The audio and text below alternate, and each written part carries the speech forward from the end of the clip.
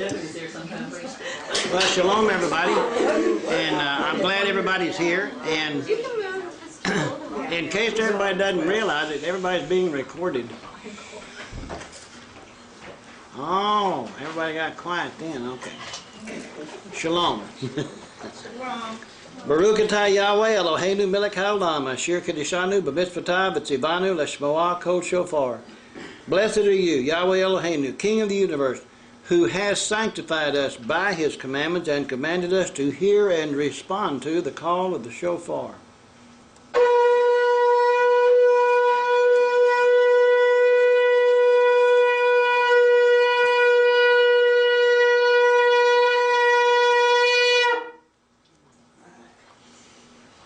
Oh, yes. Isn't that a beautiful sound? Yes. And we're commanded to hear it and respond to it. You see, the Hebrew word says Shemot, which means to hear with understanding and the implication of obedience. Okay? And the call of the shofar is a call to worship. I think sometimes people forget. Shemot is not necessarily a time of socializing. It's a time when we're supposed to come together to learn, to know, and come to know and to study the Word of Yahweh and let Him direct our lives. Father, as we come before you this day, we do thank you for your word which brings life, your word which preserves life, your word which teaches us how to live, your word, when incorporated into our life, changes our spirit to become in the image of your Son. We can never replace, but we can be like, and that's the yardstick that all of us are going to be measured by, our obedience to your word. Father, we thank you for all things and our salvation through Messiah Yehoshua. B'Shem Yehoshua. Amen. Amen. And the readings today, we're going to be reading in Exodus, starting in chapter 13, verse 17.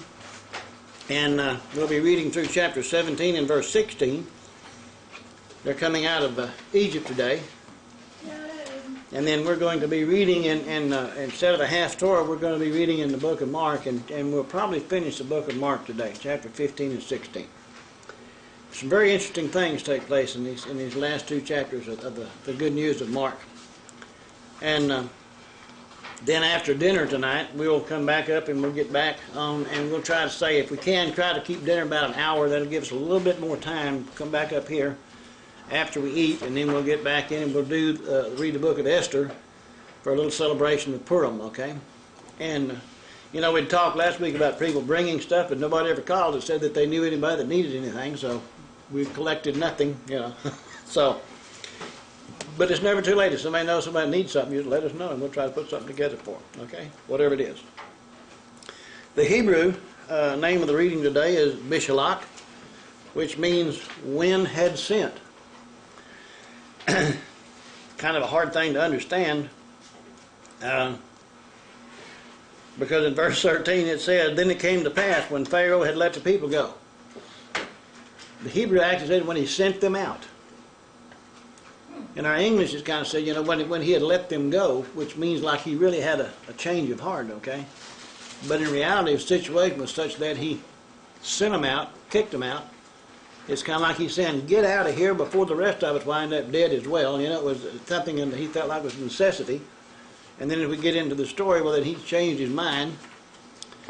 His heart got hardened again. He decided, boy, that was a dumb thing to do, to let them people go. It's kind of like, why in the world did I let them people go out and serving me? I mean, if you let your slaves go, that means you got to go to work yourself, right? I mean, stop and think about it. A lot of people have people doing things for them mainly because they just don't want to do it themselves. I'm not saying everybody's in that position, okay? But anyway, there in verse 17 of Exodus, Shemot 13, "Then it came to pass when Pharaoh had let the people go that Elohim did not lead them by way of the land of the Philistines, although that was near. For Elohim said, lest perhaps the people change their minds when they see war and return to Egypt." First of all, that land of the Philistines. The word Philistines is a number 6430. The root word is the word pel, like I'm just giving you the way it sounded. Pel, P-E-L-I-S-H-T-I-Y-M, Pelishtim. It's the word translated Philistines, but in modern vernacular it's the word that's been known as Palestine or Palestinian or Palestine. It's the same word. Okay? What I want you to realize though is the word Palestine means immigrants. Immigrants, kind of like sojourners, immigrants, okay? These people, known as the Philistines, are descendants of Mitzrayim. And Mitzrayim is the name of what? Egypt. I don't know whether people realize it or not, but Yasser Arafat, you know, in modern times, who was supposed to be the head of the PLO, the Palestinian Liberation. Did anybody know where Yasser Arafat was born? Egypt. Born in Egypt. Isn't it amazing that the leader of the Palestinians, Philistines, those descendants of Mitzrayim, would be led by somebody who was from Egypt? Well, if all these people are descendants of Egypt, my question is, why don't they go back home? Why do they keep trying to create their own state under a different name? Because they already got one. Okay. Go with me to Genesis 10. I just, you know, I'm talking, but I want you to see in Scripture that it says what I was talking about. In Genesis chapter 10. Because there's a lot of people out there teaching that Palestinians are this, the Palestinians are that, and these people are this, and they're Arabs and all kinds of, and, you know, nobody really knows who anybody is, mainly because everybody figures that the genealogies are too boring to read. And we skip over them so fast, don't we? And I say that from experience, don't say no. But in Genesis 10, in verse 6, he says the sons of Ham were Cush, Mitzrayim, Phut, and Canaan, right? So it's, you know, Ham, you know, gave birth to Mitzrayim, right? That's in verse 6. And then look down at verse 13.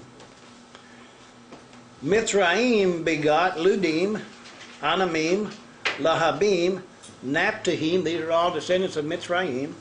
Verse 14, Pathrusim and Cashlahim, from whom came the Palestines and the Captorim.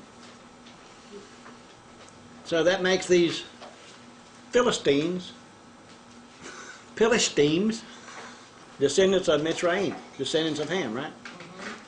Isn't that kind of neat? Isn't it amazing how going back and reading in Genesis helps us to understand what's going on in the world today? I think it's kind of apropos for the time, right? And we need to understand the signs of the times. Okay. So if you go back now into verse 17, it says that he didn't lead them by way of the land of the Philistines. Now, coming out of Egypt up on the north edge, they would have gone through what's known today as what? Gaza. And somebody, you know, decided that they needed to withdraw the Jewish people from the land called Gaza today, you know, thinking that, you know, part of the Palestinians and they were going to have a good democracy. And who did they vote in? Number one terrorist chief. Did anybody tell anybody anything about what the people are, what they want? Okay, I mean, anyway. But here, as he's leading the people out of Egypt, right, these people have been slaves for 400 years. What do they know about doing anything other than what they're told? They didn't know anything about Yahweh. You know, they haven't even been given his Torah yet. They didn't have any idea how to live. They didn't have any idea how to react to any kind of a situation that comes up. When you first come out of the world and you first turn back into Yahweh's Word, you don't have any idea how you're supposed to live or what the Torah is all about or anything else, do you? The unfortunate thing about that is most people start listening to what somebody else says, you know, and without any kind of background in the Torah, they don't know how to check it out to find out whether they got the truth or not. And it takes us a while to realize most of the people have no idea what they're talking about. I'm not trying to come against them. A lot of them good people. They won't know, you know, but they base everything they do based on what somebody else said. And you know how far that'll get you? Not very far. But Elohim knew that the people were new to believing in their Creator. He said he didn't take them up, you know, by the way of the Philistines, although that was near, lest perhaps the people change their minds when they see war. People come out of the world today, they accept Yahweh, and the first thing that they're into then is a spiritual battle, a war, if you will, and they don't have any idea how to fight the battle because they don't have any idea what their weapons are. That's why I printed out that little thing called, you know, the whole armor of Yahweh. which, those of you that haven't got a copy, well, get a copy. I didn't make about 5. If somebody needs one, well, we can run some more. And most everybody out in telephone land, you've already gotten all these things, I believe. If not, they're on the website. But they're not ready to engage in warfare. They were not prepared.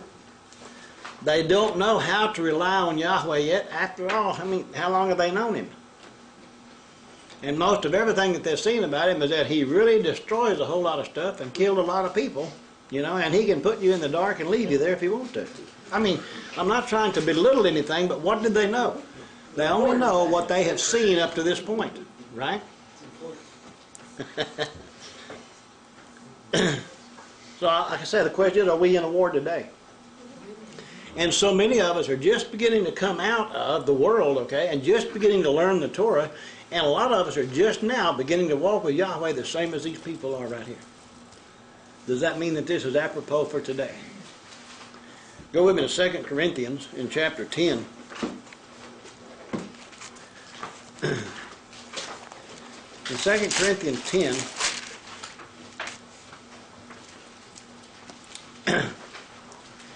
starting in verse 3. Now this is the Apostle Paul, Rav Shaul, writing to these people, and in verse 3 he says, "For though we walk in the flesh, we do not war according to the flesh." You see, one of the things that Messiah was bringing, when Yahweh was bringing them out of Egypt, they were talking about war in the flesh, right? They didn't know how to do that. After all, they're slaves. But we're trying to learn war in the same way, and war in the flesh teaches us about war in the spiritual. But he says, "For though we walk in the flesh, we do not war according to the flesh. For the weapons of our warfare are not carnal, but mighty in Elohim for pulling down strongholds, casting down arguments, and every high thing that exalts itself against the knowledge of Yahweh." Everything that exalts itself against the knowledge of Yahweh. And you start trying to talk to people sometimes about it being involved in a whole lot of the different festivals and so forth that people celebrate, which is things that they've brought out of paganism. And man, they really fight you on those things, right? But those things are exalting themselves against the knowledge of Yahweh. They don't want the truth because they're happy with the lie. And that is so true in so many other things. And we have to understand when we talk to people what they're rejecting, okay? So casting down arguments and every high thing that exalts itself against the knowledge of Yahweh, bringing every thought into captivity to the obedience of the Mashiach. See, a lot of people read that and think, well, we're supposed to obey the Messiah. Or is that saying that we're supposed to have the same obedience to the Torah that Messiah had to the Torah? See the difference in those two thoughts? And then people say, oh, well, we just have to obey what Messiah said. Well, Messiah said what? If you're going to be my relatives, you're going to obey the Father. Isn't that what he said? Somehow or other, those things get so misconstrued because people have all these different ideas and they're trying to, present these ideas, and most of them don't make sense anyway, so they just confuse them a little more when they tell you. And by the time you get it, it's like goulash. Anyway. In verse 6 it says, "And being ready to punish all disobedience when your obedience is fulfilled." Isn't that a humdinger? You say we want everybody else punished before we really, get straight ourselves, right? You say we want, justice for everybody else, but we want mercy for ourselves, right? In kind of the same way, we should be wanting mercy for everybody, right? But at the same time, we want the truth of Yahweh to be going forth. And we have to live it as well as talk it. Go to Ephesians 6. And we'll read this quickly, but that's the reason why I printed out that little sheet. And this is one of those things that when we first began to get a hold of this, and I can remember back when we were in organized religion, and these people, out there, and they'd be reading these things, and they'd go through this idea of, well, we got to put on this armor, and they'd go through like somebody standing there like a Roman soldier putting on armor. Do you really think Yahweh puts anything in His Word to compare to a Roman soldier? Rome was the enemy, was it not? When Messiah came, everybody here thought He was going to deliver them from them Romans. I don't know whether you've noticed or not, we're still living in a Greco-Roman society. And they're still trying to get us to follow the ways of the Romans. But what he said here in Ephesians chapter 6, starting in verse 11, he said, put on the whole armor of, and that would read Yahweh if you go back into the Torah, that you may be able to stand against the wiles or the schemings of the devil. The armor of Yahweh is to protect you from the devil, right? From Satan. Who is the god of this world? Hasatan, the adversary, right? Well, if this world is a Greco-Roman world, then they got Greco-Roman ideas, and that's what you're trying to, he's trying to protect you from.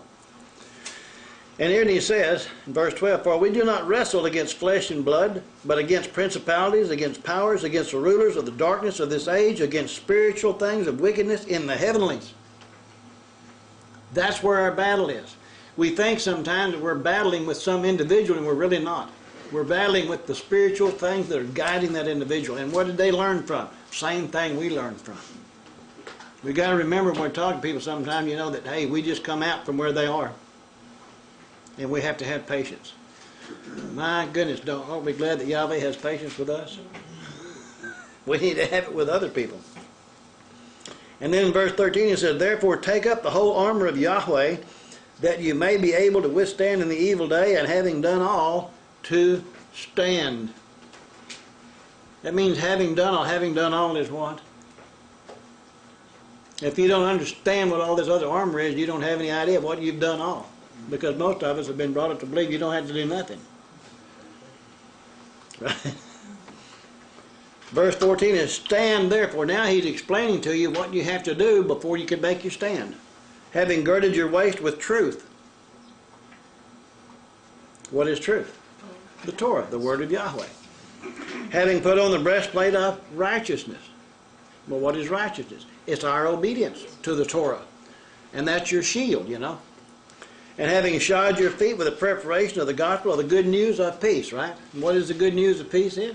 That Messiah has come and he's died for us, that we can be reconciled back to the Father, and then we are reconciled back to the Father. What does that give us? Shalom, peace with the Father, instead of being outcast. Above all, taking the shield of faith. Faith is trust in what? In what Yahweh said. With which you will be able to quench all the fiery darts of the wicked one. What are these fiery darts of the wicked one? Words coming at you from all kinds of sources, from all kinds of people. Might not even be a lie. It might be just somebody trying to get you to do something, and let you get so involved in that, you put that ahead of Yahweh, and then it becomes an idol. Started out to be a truth, but it became something else. In the wilderness, as long as the people listened to Moses, they followed the path of Moses, which was the words of Yahweh through Moses going the right path. What happened when these people started listening to somebody else? Then they began to turn away from Moses. Then they begin to get in trouble, right?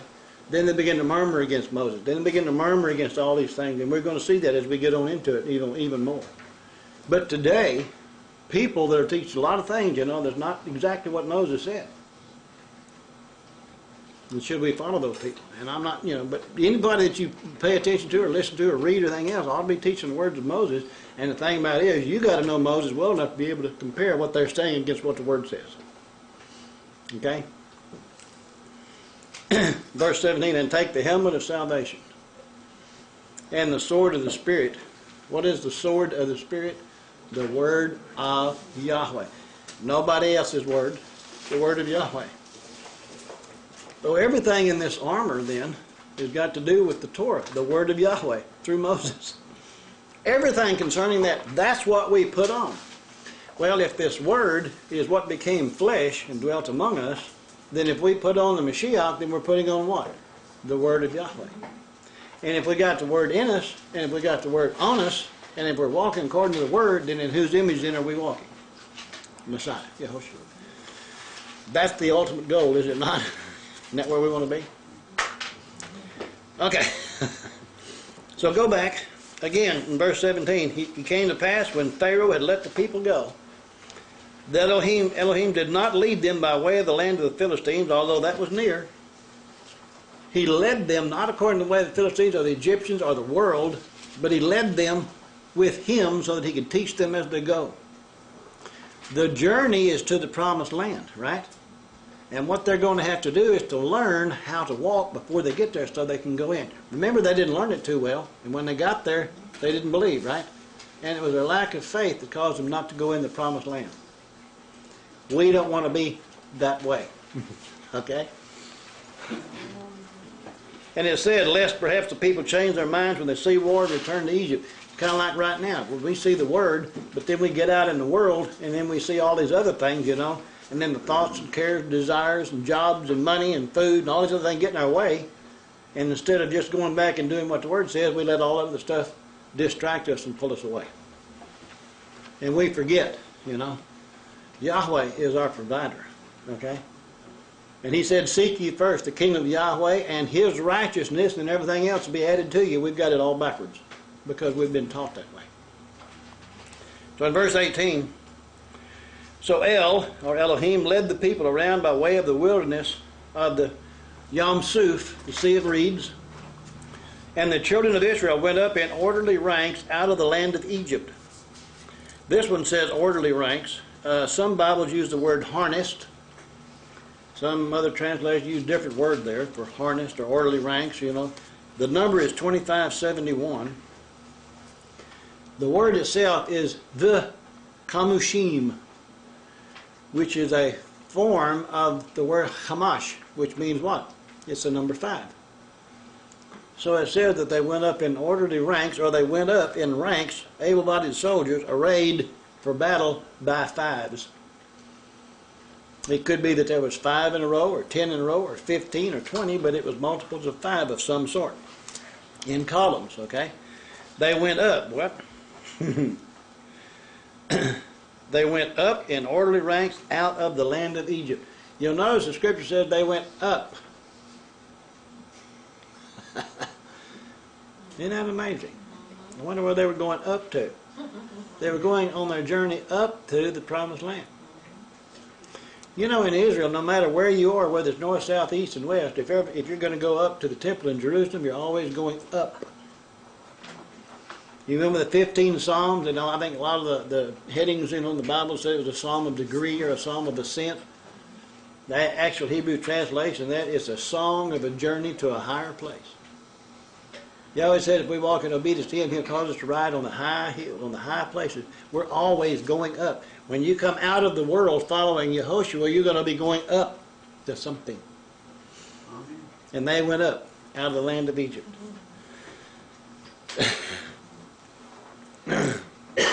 But now, there's about, you know, and I know a lot of people have a lot of different estimates on how many people that came out of Egypt, okay? Anywhere from, Scripture said 600,000 men, not counting the women and the children. Plus, it says there was a multitude of others that joined with them. Could have been another, 600,000, right? That's 1.5 million or so. So you got somewhere between 1 and 2 million people coming up out of Egypt. And they're all going by a column of 5 or 10 or 15 or however many there was, as they go up in order. They went out in order. Confusion is not of Yahweh. Okay, that's one thing we always, when confusion comes in, where does it come in from? It comes in from all other kind of discussion that's different from what the Word said. The only way to eliminate the discussion and the confusion is to go back and say, well, Scripture says. And that has to be our source. But they went up by 5s. In verse 19, and Moshe took the bones of Joseph with him, for he had placed the children of Israel under solemn oath, saying, Elohim will surely visit you, and you shall carry up my bones from here with you. So they took their journey from Sukkot. See, it's evident then that his bones were entombed there at Sukkot. What does Sukkot mean? It means tabernacles. So they took their journey from Sukkot and camped in Etam at the edge of the wilderness. The word for Sukkot there, the number is 5523. The word is Sukkot. Hey, they put it in there, didn't they? It's the name of 3 places in Israel and 1 in Egypt. I'm just saying that since this is the only one in Egypt, okay, and Joseph's bones was buried there, and they picked up those bones, they took them with them, and when they left from Goshen, and they stopped in Sukkot, and then they left from Sukkot. So evidently, and then now it's after they leave Sukkot is when they have the bones of Joseph with them. So in my mind, that's where they picked up the bones of Joseph, to go out. Okay. Etham, the number is 864. Or Atham, A-W-T-H-A-W-M, Atham.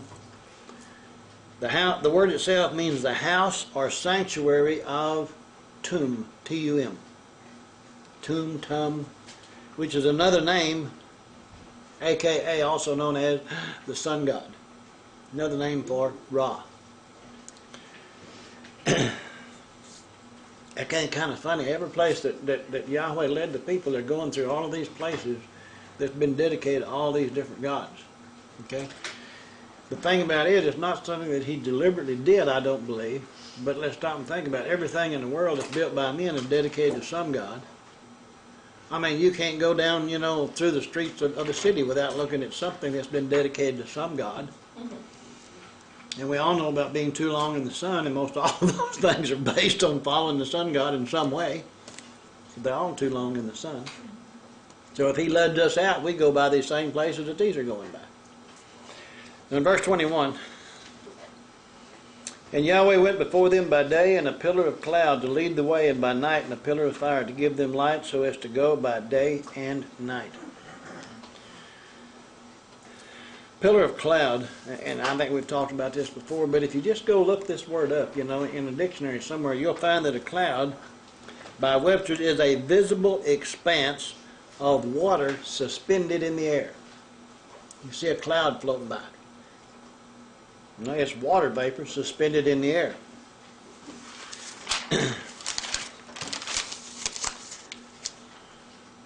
But in here, it could be the water of the Word held by the Word of Yahweh.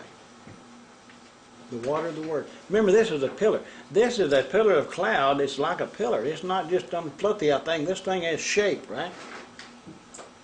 It performs, it moves, it has function, it has deliberation. It's more than just water vapor in the air. Okay? But he gives us this in order to show us something else. Look how many times Messiah was received up into a cloud. Here he was in a cloud when he led them out of Egypt. Okay? This pillar of clouds, right, and a pillar of fire was the same thing, right? And the pillar of fire, and what is fire? Fire, according to Webster, is a chemical change accompanied by the emission of heat and light. A piece of wood, when it burns, the wood has to get hot enough to change into a vapor, and then it's the vapor that burns. Wood won't burn until it gets hot enough to become vapor. Vapors are what burns. A lot of times when something gets hot enough that it'll burn, it becomes a vapor. If it's in a compressed area, then it'll explode, and we have explosions.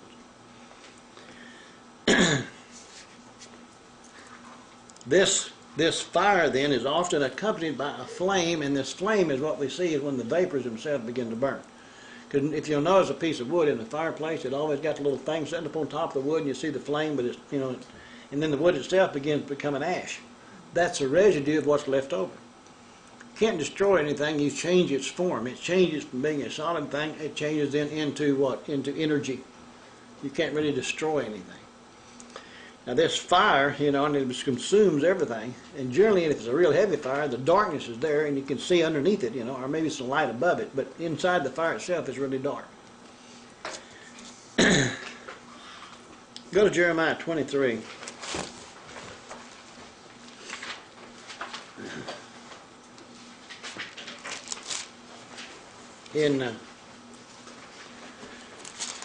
Starting in verse 25.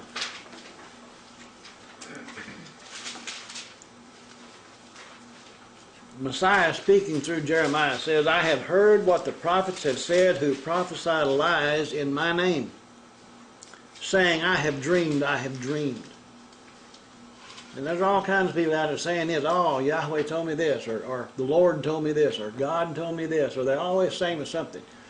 You can't really discuss things with people that are always saying, Yahweh told me, or the Lord told me. How can you can't, you know, and if what the Lord told them is different from what you read, somebody listening to the wrong God.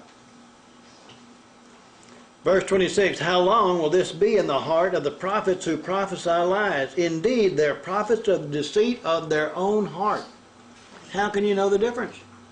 If it doesn't match what the Word says, it's not from Him. Verse 27, who tried to make my people forget my name. Oh my. Isn't that exactly what's happening today? By their dream, which everyone tells his neighbor, as their fathers forgot my name for Baal. He said they had forgotten my name and replaced it with Baal. And what does Baal mean? Lord. Verse 28, the prophet who has a dream, let him tell a dream. And he who has my word, let him speak my word faithfully. Nothing wrong with having a dream. If you have a dream, go tell a dream. But just tell him it's your dream. It's not necessarily a word from him. Okay? But then if you have my word, what does he say give? My word. And what is that other thing? Faithfully. That doesn't mean don't deviate from it. You don't add to or take away what his word said. What is the shaft to the wheat, says Yahweh? The shaft to the wheat. The shaft is something that's worthless, right? That's what you beat the shaft off of it before you can go eat the wheat. It's just there to protect it until it's time to eat. But in verse 29 he says, is not my word like a fire, says Yahweh. We have this pillar that's leading these people, and sometimes it's a pillar of cloud and sometimes it's a pillar of fire. And the cloud, you know, is water, and water represents His word, and fire represents His word. So we have in this column the word of Yahweh. And what is leading these people? The word of Yahweh. It's supposed to be the same thing leading us. Again, in verse 29, is not my word like a fire, says Yahweh, and like a hammer that breaks the rock in pieces. So my word is like a hammer. If we look at Matthew, Mark, Luke, and John, the four Gospels, Matthew means what? The gift of Yahweh, the Torah. Mark means what? Is a large hammer. And Luke means what? Light. And the name John or Yochanan means what? For Yahweh has been gracious. So the gift of Yah is a large hammer of light, for Yahweh has been gracious. And in the four Gospels we have the manifestation of the word of Yahweh in the flesh, just like He said it was going to be. As long as we compare everything back to what Torah says, it matches perfectly. Okay. So if we look at the cloud then as being a spirit of truth, if we look at the fire in it as the power of obedience. Remember, He put Adam and Eve out of the Garden of Eden, right? And He set a flaming sword to guard the way back in. We read in Ephesians that the sword is the spirit of the word, right? And the flaming fire then, you know, that guards it, means the only way back in the garden is through obedience, right? So the power of the fire, you know, would be what? The power of obedience. Obedience to the word. Your obedience to the word, and what happens to other people who disobey, they're going to be consumed by that fire. And the ultimate end result for those people is what? The lake of fire. First time the world was destroyed by water. The last time will be by fire. And yet if we have this water in us, then out of our belly shall flow what? Rivers of living water. I mean, if you just look at how many times He's referenced and how many things He shows and how many times He uses water for destruction, you know, fire for destruction. But yet water can bring life, okay? His word is fire, it can bring life. It's up to us to choose which way we want to go. Go to 1 Corinthians chapter 10.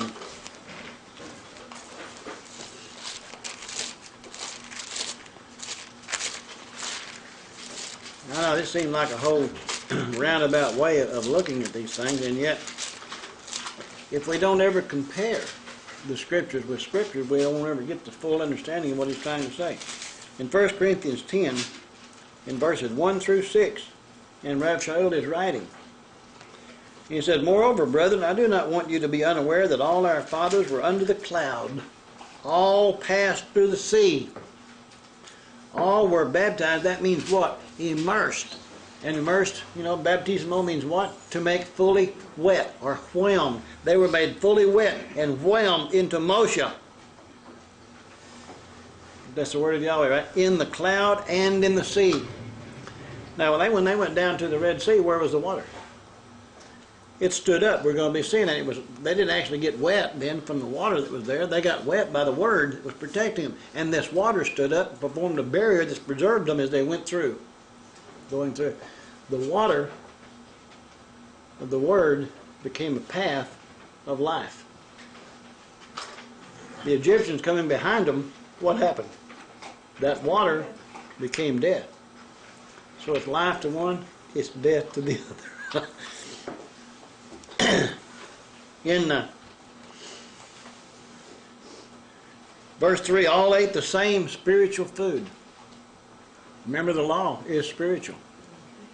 All drank the same spiritual drink, for they drank of that spiritual rock that followed them, and that rock was Hamashiach, the Messiah, the Messiah. But with most of them, Yahweh was not well pleased, for their bodies were scattered in the wilderness. You know, those that disbelieved wound up dying. Verse 6, now these things became our examples, to the intent that we should not lust after evil things, as they also lusted. He goes on to say that this lusting, and these people that did, they were falling into idolatry. They were falling into all kinds of things that Yahweh said you shouldn't do.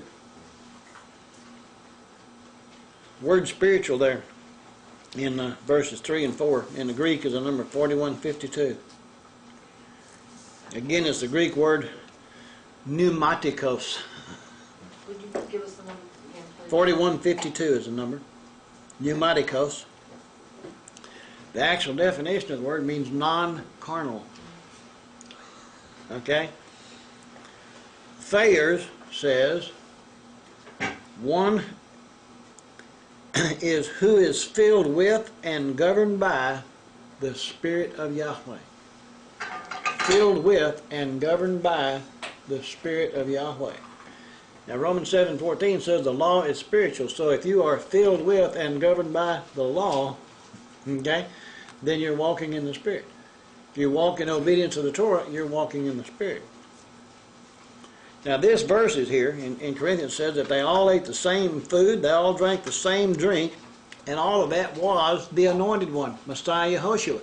As they're coming out of Egypt, they're learning about Messiah Yehoshua. Began with the Passover, right? They begin to know who He was. They begin to know who Yahweh is, and He's teaching them through all these things who He is. If they had not experienced these things, they wouldn't have knowledge. Right? If you don't do what He said do, then you never understand why He said do it in the first place. You never come. You may know about, oh yeah, I know there's a God, but you don't know Him. And the biggest problem with that is that He don't know you either. Okay? Okay, all of these were fed by the same food, not in the flesh, but in the Spirit, referring to the Word of Elohim. These little verses that he's talking about, not all talking about what they ate, you know, it's talking about Messiah that they ate. The Word of Yahweh is what all this is talking about that. They were surrounded with it, they were immersed in it, they ate it, and they drank it. And for 40 years, that's what they followed. And I said this before, in Webster's 1828, it speaks of the law. Now, if you look up, you know, in Webster's, don't look up the word spiritual, look up the word law. L-A-W, law. And in Webster's 1828, it'll give you a definition of the law. And it says, quote, God's law is spiritual. It is a transcript of the divine nature and extends its authority to the acts of the soul of man, unquote. Now, that's talking about what the law is. Go to John 6.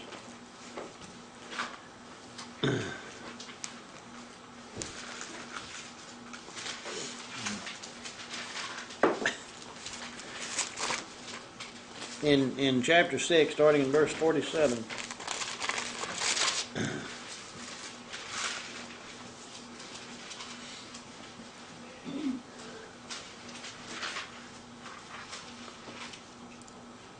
Messiah speaking here in verse 47, he says, Most assuredly I say to you, he who believes in me has everlasting life. Remember the word believe, this doesn't mean faith. The word believe means to know and to understand and obey. And if you look all these things up, it's still a matter of doing something, you know. You can believe you're President of the United States all you want to, but don't make it true. Okay?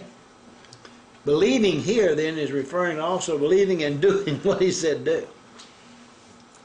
And then in verse 48, I am the bread of life. Your fathers ate the manna in the wilderness and are dead. This is the bread which comes down from heaven, that one may eat of it and not die. I am the living bread which came down from heaven. If anyone eats of this bread, he will live forever, and the bread that I shall give is my flesh, which I shall give for the life of the world. Is he preaching cannibalism? Not hardly. But if he is the Word made flesh, and we're supposed to eat his flesh, then what do we eat? The Word that became flesh. You know, the Word that became flesh took place before the commentary of the New Testament was written. So it wasn't the New Testament that became flesh. It was the Torah and the prophets. Verse 52, the Yehudi therefore quarreled among themselves, saying, how can this man give us his flesh to eat? I mean, you know, those people then didn't understand it anymore. A lot of them today don't understand it. Then Yehoshua said to them, most assuredly I say to you, unless you eat the flesh of the Son of Man and drink his blood, you have no life in you. Whoever eats my flesh and drinks my blood has eternal life, and I will raise him up at the last day. This is not talking about somebody saying a prayer over a wafer and it becomes the flesh of Messiah. This is not talking about somebody saying a prayer over a cup of grape juice in a cup and it becomes the blood of Messiah. That's not what it's talking about. That is a big distortion which millions of people fall into and have over the years. All of it was symbolic because at the time Messiah did it, he hadn't even gone to the execution stake yet. And it was symbolic. Verse 56, he who eats my flesh and drinks my blood abides in me, and I in him. As the living Father sent me, and I live because of the Father, so he who feeds on me will live because of me. This is the bread which came down from heaven, not as your fathers ate the manna and are dead. Not as they ate the physical bread. The whole thing he's saying about is not physical. It is a symbolic thing that he's referring to. He who eats this bread will live forever. These things he said in the synagogue as he taught in Capharnaum. Therefore many of his disciples, when they heard, said, this is a hard saying, or difficult. Who can understand it? When Yehoshua knew in himself that his disciples murmured about this, he said to them, does this offend you? What then if you should see the Son of Man ascend where he was before? Then in verse 63, it is the Spirit who gives life. The flesh profit nothing. The words that I speak to you are spirit and they are life. He's saying you have to eat and drink the word, not the flesh. The words that I speak are life, is what he's saying, right? And they're spirit. Well, if you want his spirit, you have to eat what? His word.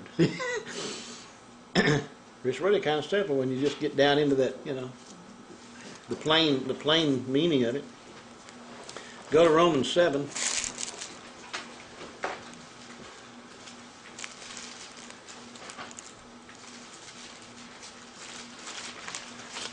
In Romans 7, in verse 14, I quoted this one a while ago, but we're going to read it. Verse 14 of Romans 7, for we know that the law is spiritual, but I'm carnal. So don't understand. The law is spiritual, but I am carnal. I am flesh. In verse 14. Now go back to Proverbs chapter 6. You know, Proverbs is right after Psalms.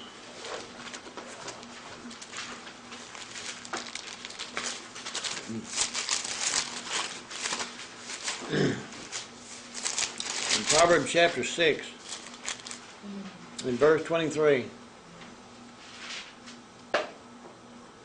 it says, for the commandment is a lamp, and the law is light. Light is what's supposed to guide us, right? That's what, he was the light of the world. I mean, everything that we look at that describes him, it also goes back in the teaching beforehand and talks about him. The commandment is a lamp, the law is light. Reproofs of instruction, the way of life. Now, is he saying then, for the commandment is a lamp, and the law, the instruction for having life, is light. And reproofs of instruction of the way of life. See, that goes back with the meaning of the word law. Instruction for having life. Reproof. Reproof means what? Say, you know, you're going the wrong way, change, you need to go this other way. That's all this word for. That's what it tells us to do. Don't go that way, go this way. If you stay on this narrow path, then you'll wind up where He wants you to go. And if you stay on this path, then you are predetermined to become in the image of His Son. If we don't stay on that path, we're going to come in the image of something, but not His Son.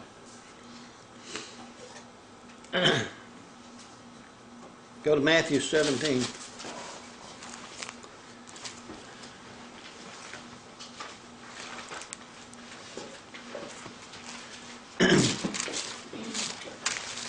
In Matthew chapter 17, in verses 1 through 5,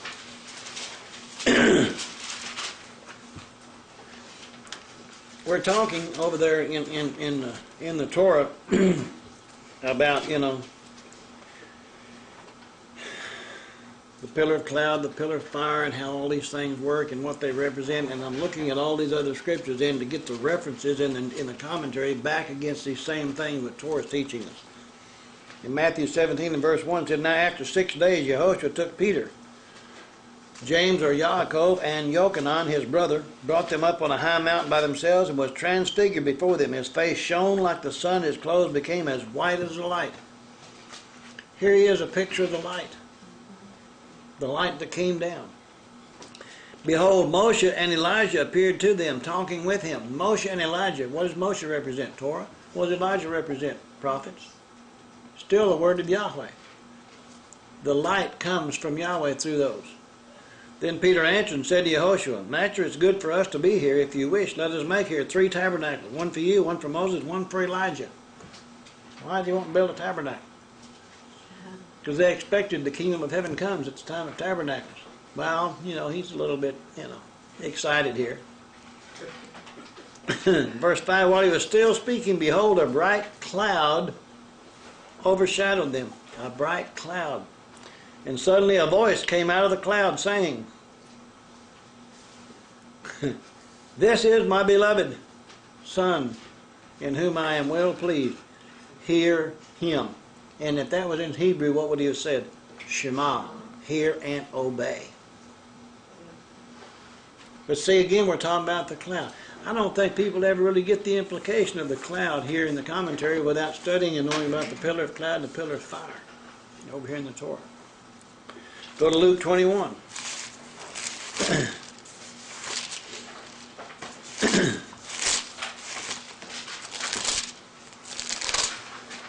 In verse 27.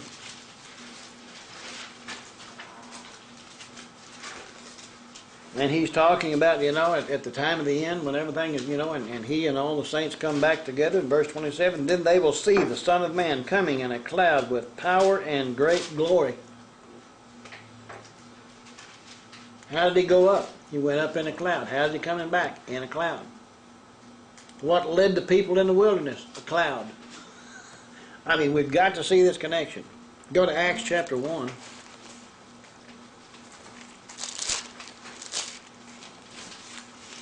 I believe that all what people call the New Testament is really a commentary on the manifestation, but that's not to say it's not true. It's not to say that it's, not inspired. But in Acts chapter 1, starting in verse 9, it said, "Now when he had spoken these things while they watched, he was taken up, and a cloud received him out of their sight.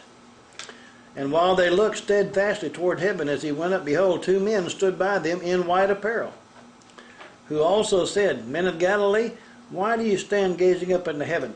This Yehoshua, who is taking up from you into heaven, will so come in like manner as you saw him go into heaven.'" He's coming back in the cloud. Went up in a cloud, he's coming back in a cloud. He came and led the people with a cloud. Remember in Hebrews it talks about we have so great a cloud of witnesses who have gone before you, right? And out of this cloud comes what? The word of Yahweh. Every instance where the cloud appears, what comes out of it? The word of Yahweh. Go to Revelation 10.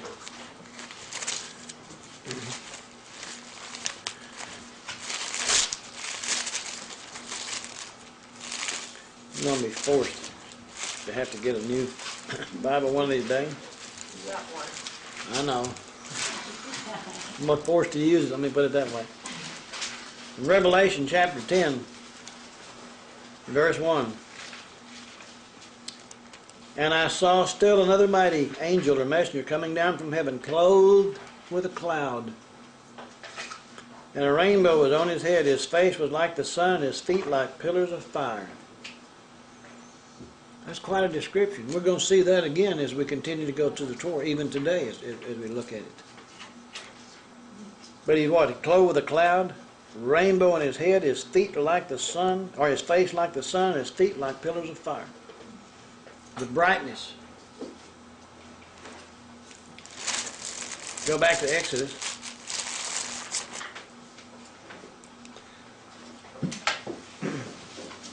Again in verse 21, and Yahweh went before them by day in a pillar of cloud to lead the way, and by night in a pillar of fire to give them light, so as to go by day and night. This pillar will lead them through light and dark. It doesn't matter. He did not take away the pillar of cloud by day or the pillar of fire by night from before the people. How long did they wander in the wilderness? 40 years. Following what? The pillar of cloud and the pillar of fire. In chapter 14. Now Yahweh spoke to Moses, saying, Speak to the children of Israel that they turn and camp before Pi-hahiroth, between Migdol and the sea, opposite Baal-zephon. You shall camp before it by the sea. Now remember, all the plagues that took place were in Egypt, were they not? So all of the land of Egypt was destroyed. Now Moses has got to lead the people out of Egypt, right? Which means that where they were here was not still in Egypt, fixing to cross over into the Egyptian peninsula. That's still part of Egypt. Everything was, it had to go plumb out. Okay.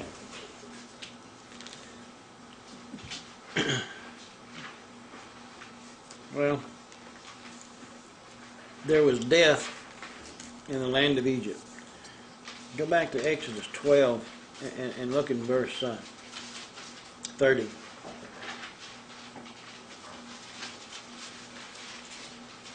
Don't just think about the land of Egypt as being one little city where Moses was.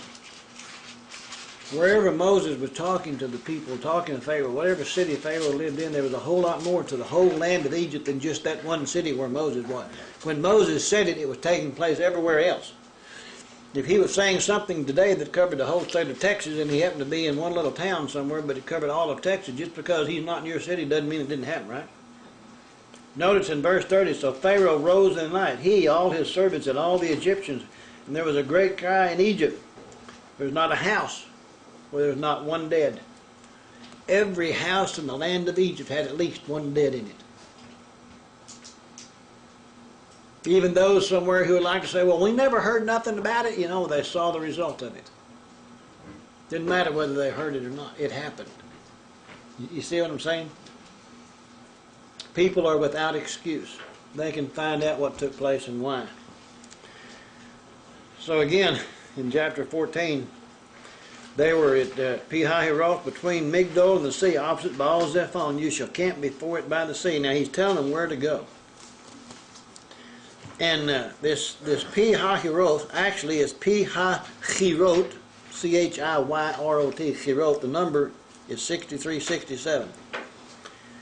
Depending on who you read, the name itself has two meanings. Number one is the mouth of the gorges. It's kind of like it's the opening of a gorge, where it runs back into the land, a great chasm, like something could flow down out of that. The other one, meaning is a place where sedge grows. Okay? Sedge is otherwise known as a sword grass. It has long sword-like leaves, like gladiolas, they have the flowers, but they have the sword-like leaves. That's just sedge. That's what this is. Now, it left Goshen. It stopped in Sukkot. And now they're here. This is their what? Their third night, let's say, after coming out, right? Verse 3. Actually, Migdol, did I give you the number of Migdol? 4024, 4024. The word itself means a tower. A fortified city on the border of Egypt. And then they were opposite Baal Zephon. It's kind of like they were on one side of the sea, and then opposite means on the other side of the sea, directly across from them, is this Baal Zephon. Baal is 1189, Lord, and Zephon is 6828. And it means the darkness. So here they were on one side, camped opposite the Lord of the darkness. I mean, if you stop and think about it, light and dark is a battle everywhere they go. And all the scripture talks about the difference between light and dark. The Lord of the darkness, it also means the Lord of the north. That's kind of interesting when you stop and think about Hasatan, you know, when he decided he was going to be like Yahweh, and he said, I'm going to sit on the sides of the north. Where did he want to be? He's trying to make himself out to take Yahweh's place. So, you know, the word Lord there, you know, Lord Baal and Zephon, the darkness or Lord of the dark, are hidden or dark, but it also has the sense of cold associated with it. It was a place of worship with ancient deities. And this Baal Zephon, there's another name for this god which we've seen in Greek mythology and movies and so forth, and he's called Typhon. Okay? He is also known as the Lord of Winter. You know, and people, we've always seen movies and stuff, you know, where they show this godlike face, you know, blowing and cold air comes out, you know, in some of the cartoons and Walt Disney and all these kind of things, which are so great, you know, and it's the Lord of Winter, this Typhon, Baal Zephon, the Lord of Darkness, cold. Verse 3, it says, for Pharaoh will say of the children of Israel. Now he's telling them what Pharaoh is going to say and think. They're bewildered by the land. The wilderness has closed them in. He said they're down there, they're going to be trapped, they don't know where to go, they're you know, they're mine. But he's telling them that they're going to be confused by the land. They're going to be lost in the wilderness. He said they're going to surrender. That word closed in the Hebrew, the word for closed is a number 5462. Sagar. It means literally to shut up. In a figurative sense, it means to surrender. They're caused to surrender by the land themselves. They're in the Sinai Peninsula. Not, you know, back over in Egypt. In verse 4 then it said, then I will harden Pharaoh's heart so that he will pursue them, and I will gain honor over Pharaoh and over all his army, that the Egyptians may know Ani Yahweh. Not just the people that are following him, but all those will know also who he is. And he speaks in advance here of what he intends to do to Pharaoh and all his army. He's telling them before this ever happens what it's fixing to be. And yet when it does come to pass, what happens to people? They get so afraid. They're all scared. All the God of them Egyptians are going to come kill us. I haven't been told what they're going to do and what they're going to think. We sometimes, as we read the scriptures and we know what it says and we know what this word is telling us, but then we get out in a situation, we're faced within the world, we forget all about what the scripture says, and all we can think about is what's being said to us by these people who talk to us at that time. And all of a sudden we become so enamored by what they say, or so afraid or something that what they say has got a whole lot more power in my life right at that moment than what the word said. And right at that moment is when we need to call on him for his deliverance from that moment. You know, he delivers us from death, but he delivers us on a day-to-day basis as well. But a lot of times he says you don't have because you didn't ask. He knows what you need, he just wants you to ask. You see, when you ask, you recognize the source. Stop thinking about that. And we don't get it because we're so good. We get it because he promised, okay?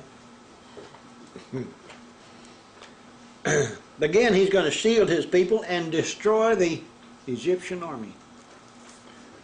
In verse 5 it says, now it was told the king of Egypt that the people had fled, and the heart of Pharaoh and his servants was turned against the people, and they said, why have we done this, that we have let Israel go from serving us? Why have we turned them loose? They were our slaves, you know, now we're going to have to go to work. So he made ready his chariot and took his people with him. He's with them. He's in a chariot. He got all the others with him. Also he took 600 choice chariots And all the chariots of Egypt with captains over everyone. There wasn't just 600. There were 600 of the choice ones, and then all the other chariots that were in Egypt, no matter how many there were. Did anybody ever notice that it was 600 plus? And he said that he had captains over every one of them. The word captains is the number 7991. It's the word Beshalach Lashim. Kind of like the number 3 in Hebrew, right? The word means the third part or the third man. History, usually each war chariot carried 2 men, the driver, you know, and then one was a warrior, the one that did the fighting. Whenever they went out this time and they had this third man in there, then he was in charge of the other 2. His purpose was to keep track of the battle, direct the actions of the driver and the warrior for best effective, so it was like the 3 of them together working as one. And that's what all these things were. And that's what this word captain means the third one, or the third part, the third man. In verse 8, and Yahweh hardened the heart of Pharaoh, the king of Egypt, and he pursued the children of Israel, and the children of Israel went out with boldness. That word boldness there literally is with a high hand.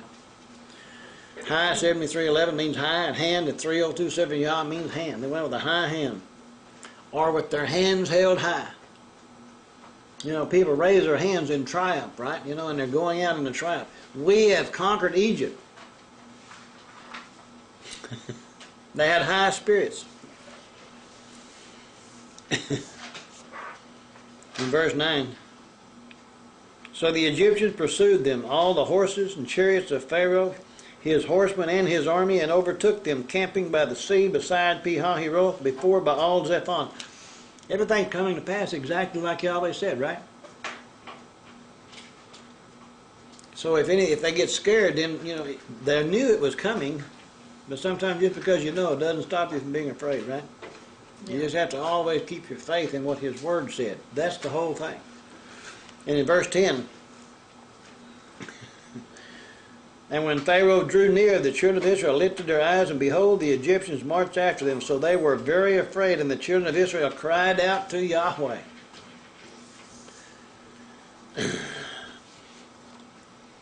So the enemy caught up to them while they're camping by the sea. They saw Pharaoh coming, they got afraid, and they're crying out. And in verse 11, then they said to Moses. Now, did they cry out to Yahweh in faith? Or, then they said to Moses, because there are no graves in Egypt, you've taken us away to die in the wilderness? Didn't you hear him saying that? There ain't no graves back there. You couldn't have left me back there to die on my own one of these days? You had to bring me out here to kill me in this wilderness?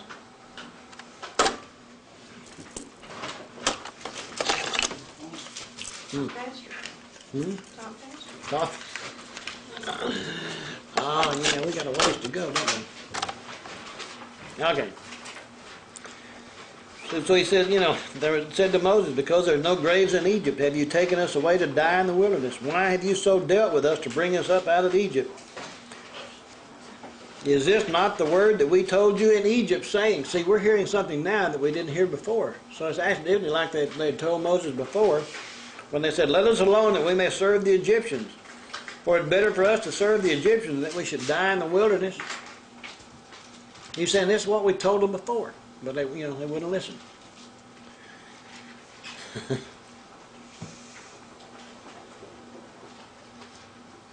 They just don't have the experience of relying on Yahweh. We have to understand that a lot of people out here, even when they first start coming in to know the truth, right? They don't have a lot of experience in relying on the word of Torah. So they have a tendency to fall back into what they're used to what they feel comfortable with. And a lot of times people will go and they'll study and they'll hear words of truth from you or something, and then they say, well, I got to find out what's truth, but they don't have the experience of relying on Scripture, so they go back to where they came from, into organized religion. They're asking these people, is this really what it means, and what are they going to tell them? No. And unfortunately, they go with what they say, instead of making up your mind to believe what this word said. Stop and think about it. The first time you made the decision to believe what the word said. Kind of scary, isn't it? You say, is this really what this means? And what experience do you have? The only thing that you can do then is to go back as you study the Scripture and find out everything that Yahweh said in the past up to this time has come to pass, so He don't lie. And when you make the decision that He's not a liar, then everything He said will come to pass. And then we have faith and we trust in His Word, and then that's the rest of our life, walking by that Word. Nobody else can pull you away then, because you have the trust in that Word. And now you're walking between you and Him. It takes a while to get there, doesn't it? Some of us haven't quite got there yet, but we're still trying. But it's hard to stay focused on what the Word says, especially when the Word has not become part of who you are yet. Verse 13, and Moshe said to the people, do not be afraid, stand still and see the salvation, 34:44, Yeshua, of Yahweh, which He will accomplish for you today. For the Egyptians whom you see today, you shall see again no more forever. Is that saying that all those Egyptians that you see, regardless from Pharaoh on down, all of them that you see today, you'll never see them again? Does that mean they're going to be destroyed? That means when it's all over, Pharaoh's not standing up in his chariot, standing up on a rock, watching the people go, like the movie said. I mean, I'm trying to say, people, you know, you can't judge what Scripture says based on what the movie said. Two different things. Okay. Fear not, Moses said, stand still. In a way, he's kind of saying, you know, when he said that, stand still. Do not be afraid, stand still. Don't open your mouth. Don't be spouting a whole bunch of words of untruth. When people get in a strange situation, a lot of things come out of their mouth sometimes when it's all over, they wish they hadn't said.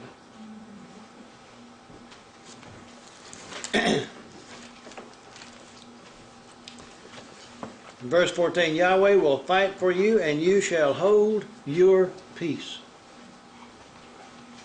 He will fight for you, right? And you'll be quiet. Shuck it. And Yahweh said to Moshe, why do you cry to me? Tell the children of Israel to go forward.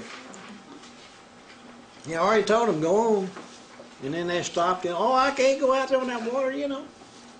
Kind of like Peter when he said, you know, Messiah, if that's him walking, he said, it's really you, you know, bade me come to you walking on the water. He said, come on.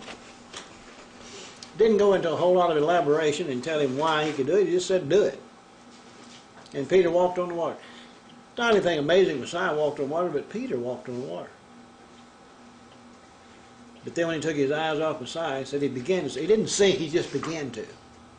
Like he maybe kind of went down to his ankles and then he got scared. You know? And then he said, what, oh, you of little faith. Didn't trust the Word. His faith changed from seeing the Word and hearing what He said to what he saw with his eyes.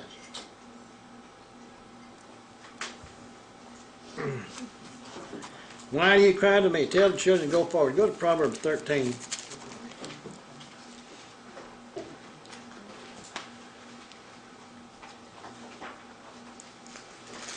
Proverbs chapter 13 and in verse 3. This is so neat to me because of what he said, you know, stand still. Shut your mouth.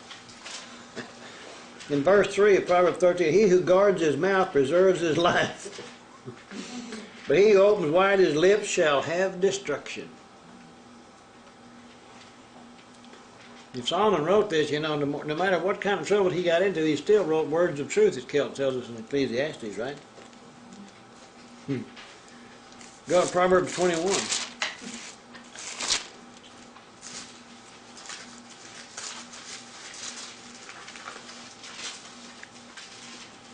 In verse 23,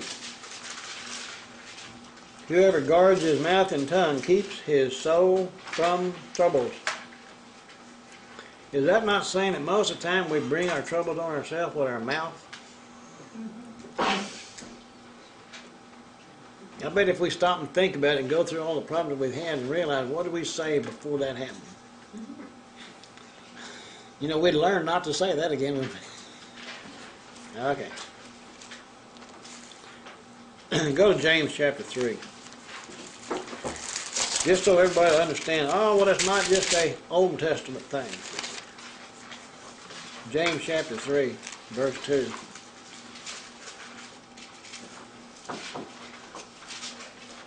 For we all stumble in many things. If anyone does not stumble in word, he is a perfect or mature man, able also to bridle the whole body. What he's saying, if you can ever learn to control your mouth, you can learn to control the whole body. I bet that even includes what we eat and don't eat, don't you? Okay, I'm meddling now, right? All right. But we control our mouth, right? Oh boy, I'm in trouble. Go back to Exodus.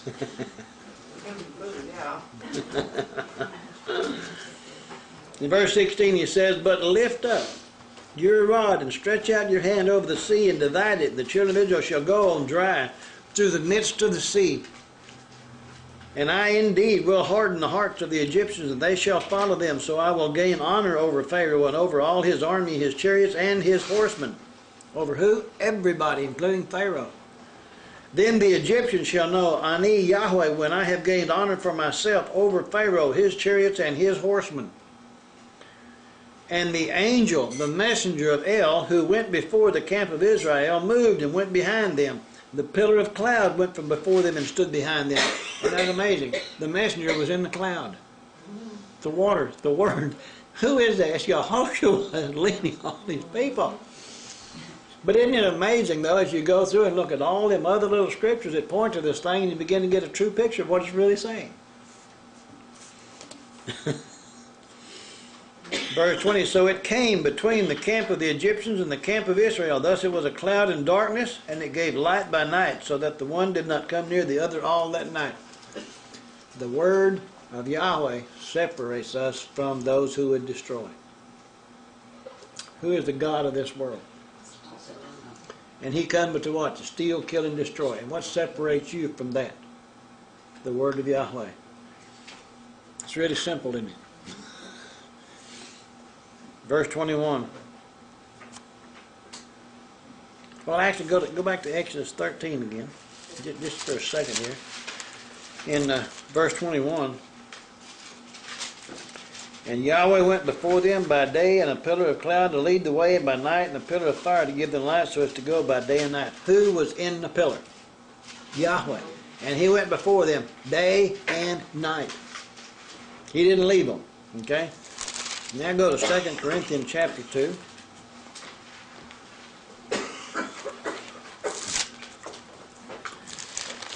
In 2 Corinthians chapter 2, verse 14 through 17.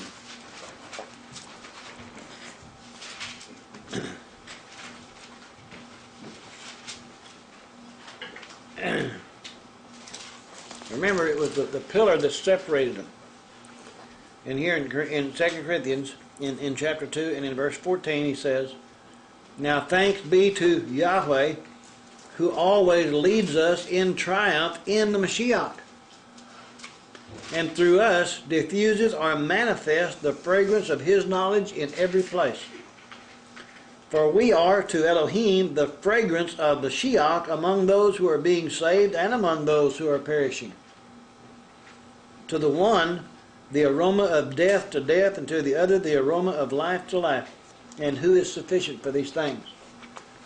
For we are not, as so many, peddling or adulterating for gain the word of Yahweh, but as of sincerity, but as of from Elohim, we speak in the sight of Elohim in the Mashiach. Mashiach was the one who was created from before the foundation of the world. He was killed before the foundation of the world. Everything was done in the beginning. Before he ever started everything, Yahweh knew the end and did it anyway. Do you realize that?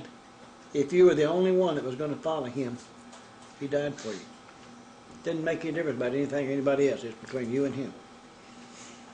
Is that not a relationship? Is that not what the scripture teaches us? But you can't have a relationship knowing about somebody. You have to know them. Sit down, talk to them, eat with them, you know. Everything. You have to be with them to have that relationship. Go back to Exodus and think about something. Everything that we're reading about here, Yahweh could have just spoken a word and they all don't exist anymore, and then he started and built something with his people, right? The way he chose to deliver his people didn't have to be done that way. It could be done any other way. But he did it this way and laid everything out in the Word so that we can learn to know and come to know him. He chose it to be this way.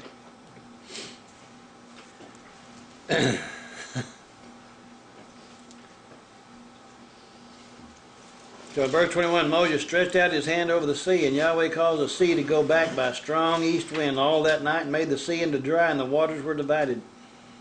So the children of Israel went into the midst of the sea on the dry, and the waters were a wall to them on their right hand and on their left. The water became a wall. The water became deliverance to the children, and the water became death to the Egyptians. The word, or the water of Torah, to the believer life, to the unbeliever is death. It's the same thing. The word wall there is the number 2346. It's the Hebrew word chomah, like K-H-O-M-A-W, chomah, and it means a wall of protection. We send our children out in the world without the word of Yahweh. What is their protection?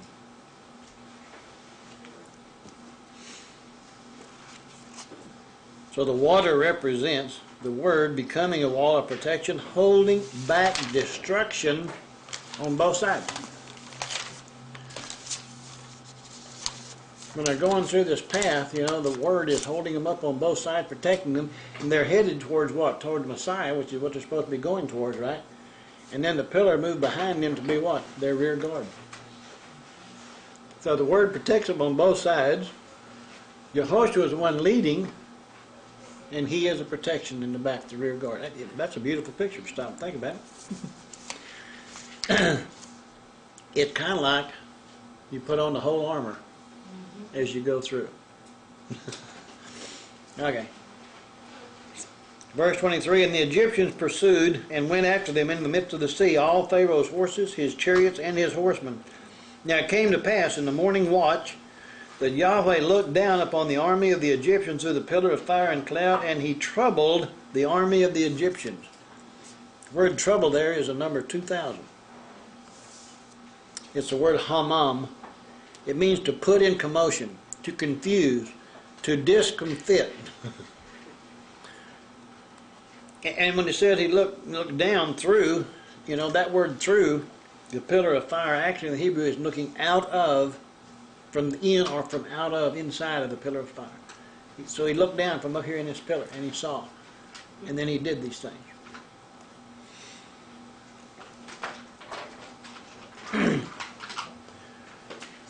And in 25, they took off their chariot wheels so that they drove them with difficulty. That'd be hard. The Egyptians said, let us flee from the face of Israel, for Yahweh fights for them against the Egyptians. All of a sudden they knew Yahweh.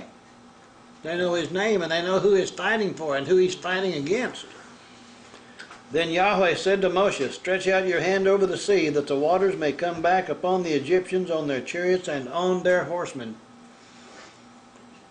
By this point in time, they'd come too far. It was established and there was no going to be any return. How many of the Egyptians got saved? They might have seen the problem now, but too late.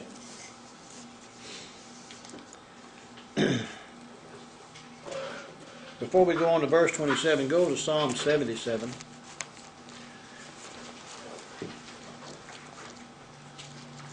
Yeah, a lot of you've already been through a lot of this in years past, and some of these same references and so forth, but I think it's just as great now as it was before. In Psalm 77, in verse 16, he said, the waters saw you, Elohim. The waters saw you, and they were afraid. The depths also trembled. The clouds poured out water. The skies sent out a sound. Your arrows also flashed about. The voice of your thunder was in the whirlwind. The lightning lit up the world. The earth trembled and shook. Your way was in the sea, your path in the great waters, and your footsteps were not known. You led your people like a flock by the hand of Moshe and Aaron, by the one who is drawn out and the light bringer. That's who led them through. Isn't that kind of neat? Okay, go back to Exodus and we'll look at verse 27. And Moshe stretched out his hand over the sea, and when the morning appeared, the sea returned to its full depth, while the Egyptians were fleeing into it. So Yahweh overthrew the Egyptians in the midst of the sea. Actually, the word overthrew there, literally in the Hebrew, it means he shook off. It's kind of like you shake off, them people off the feet, the dust off your feet. You just shake them off. He kind of shook them off. And they're gone. Then the waters returned and covered the chariots, the horsemen, and all the army of Pharaoh that came in the sea after them. Not so much as one of them remained. So how many were left?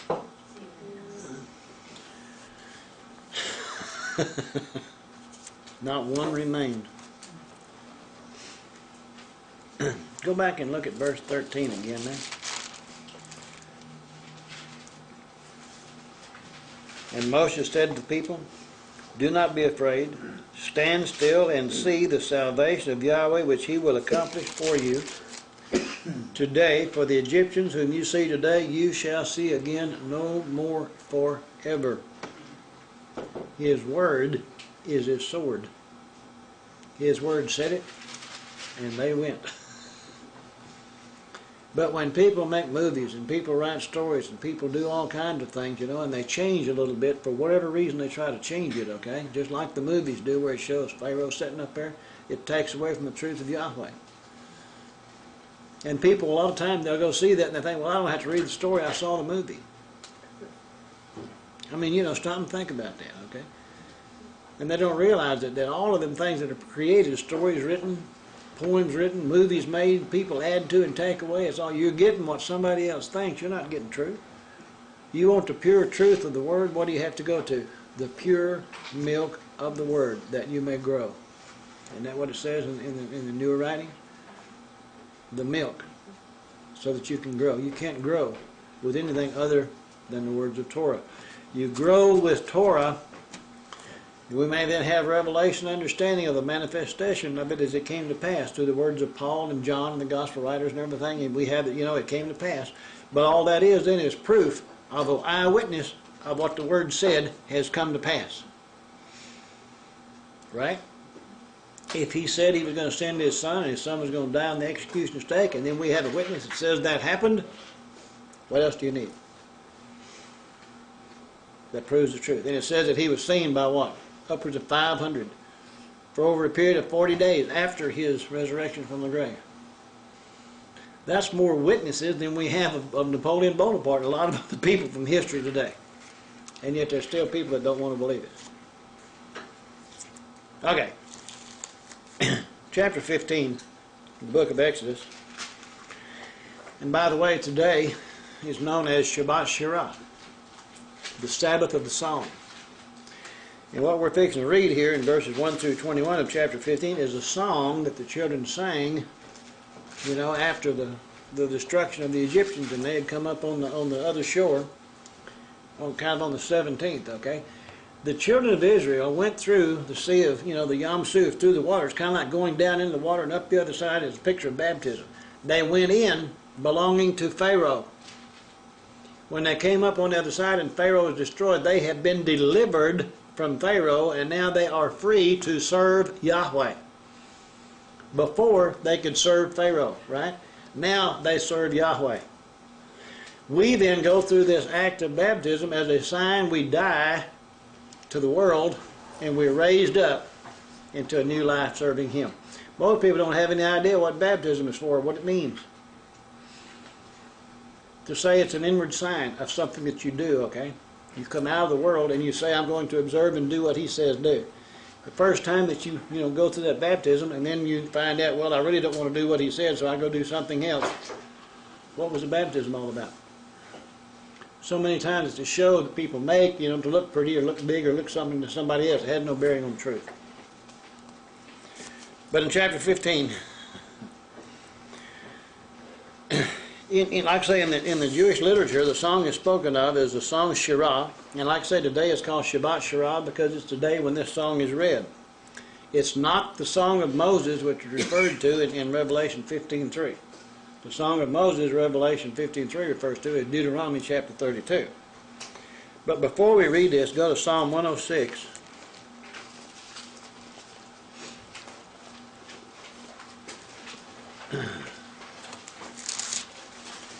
Verses 6 through 12.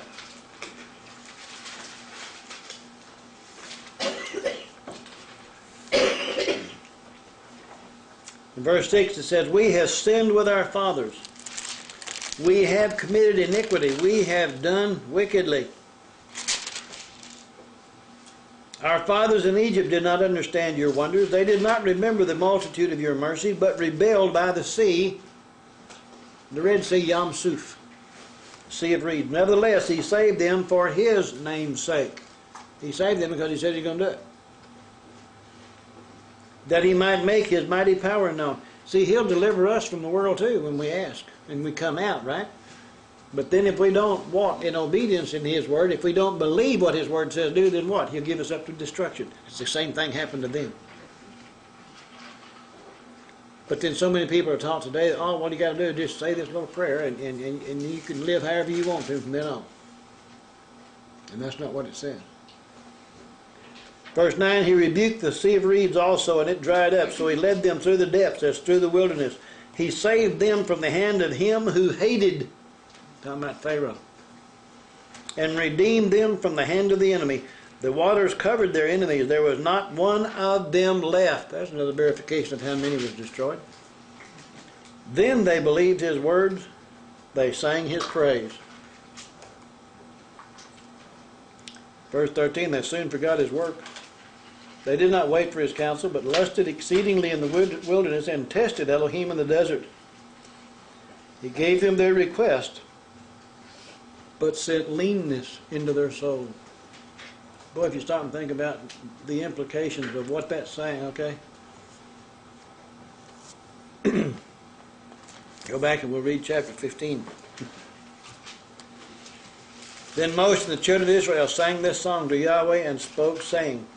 Now there is a song that they sing in a lot of Messianic synagogues, and I forget the melody to it, and I'd sing it, but most people wouldn't recognize it as a song if I did. But "I will sing to Yahweh, for he has triumphed gloriously. The horse and its rider is thrown into the sea. Yah is my strength and song, and he has become my," salvation is the word Yeshua there, my Yeshua. "He is my El, and I will praise him. My Father is Elohi, and I will exalt him. Yahweh is a man of war. Yahweh is his name. Pharaoh's chariots and his army he has cast into the sea. His chosen captains also are drowned in the reed sea. The depths have covered them. They sank to the bottom like a stone." You know, it's a lot deeper than 6 inches, so many people say. Verse 6, "Your right hand, Yahweh, has become glorious in power. Your right hand, Yahweh, has dashed the enemy in pieces. And in the greatness of your excellence you have overthrown those who rose against you. You sent forth your wrath, consumed them like stubble. And with the blast of your nostrils the waters were gathered together. The flood stood upright like a heap. The depths congealed in the heart of the sea." That word congealed there in verse 8 is the number 7087. Chafal, it means to thicken as ice. Stood up and froze. Again, go with me to Psalm 78. In verse 13.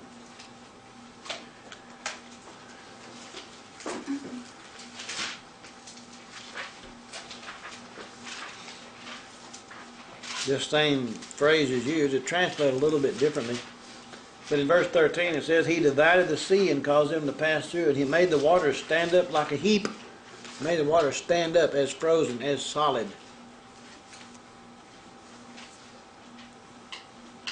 We'll go back and we'll continue on there in verse 9. The enemy said, I will pursue, I will overtake. You know, this is a song now that they're singing in the wilderness concerning what they had just come through.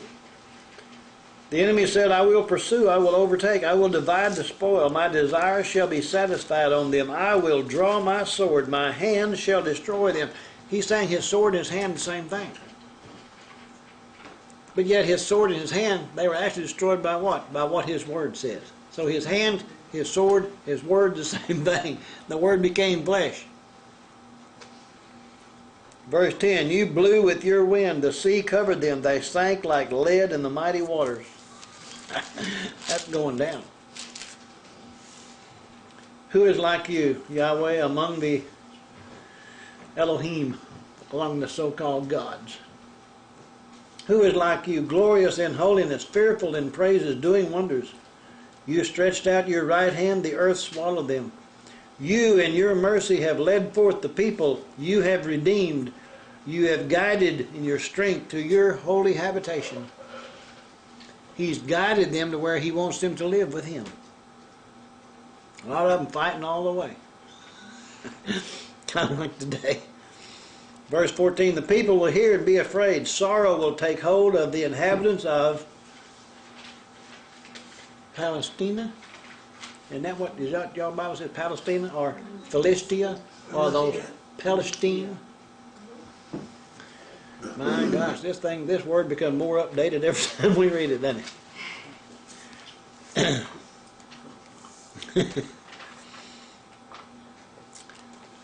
Literally, that Palestina 64:29 gave you that. So literally, it's kind of sorrow will take hold of the inhabitants of the sojourners, those who are immigrants in the land, right? It's not theirs. Who does the land belong to?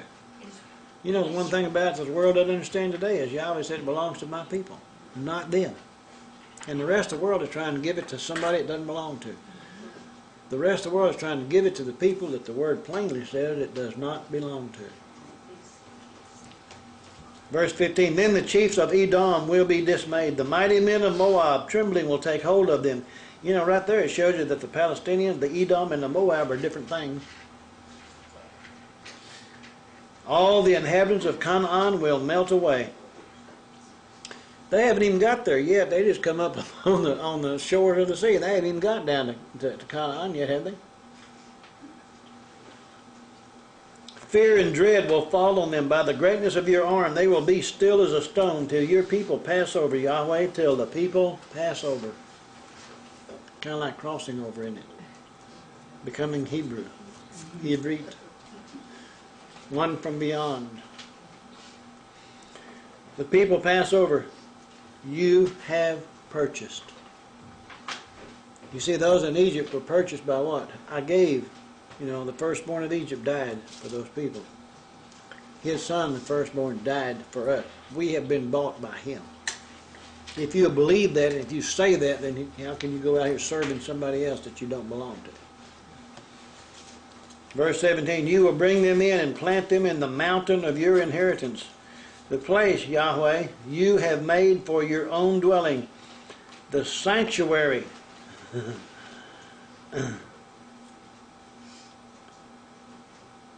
Yahweh, your hands have established. Verse 18, Yahweh shall reign forever and ever. Amen. Amen. You know, when you start and go back up and looking at verses 14, this all seems to be a prophecy of something that's going to take place. Go to Joshua chapter 2, book of Yehoshua. In chapter 2.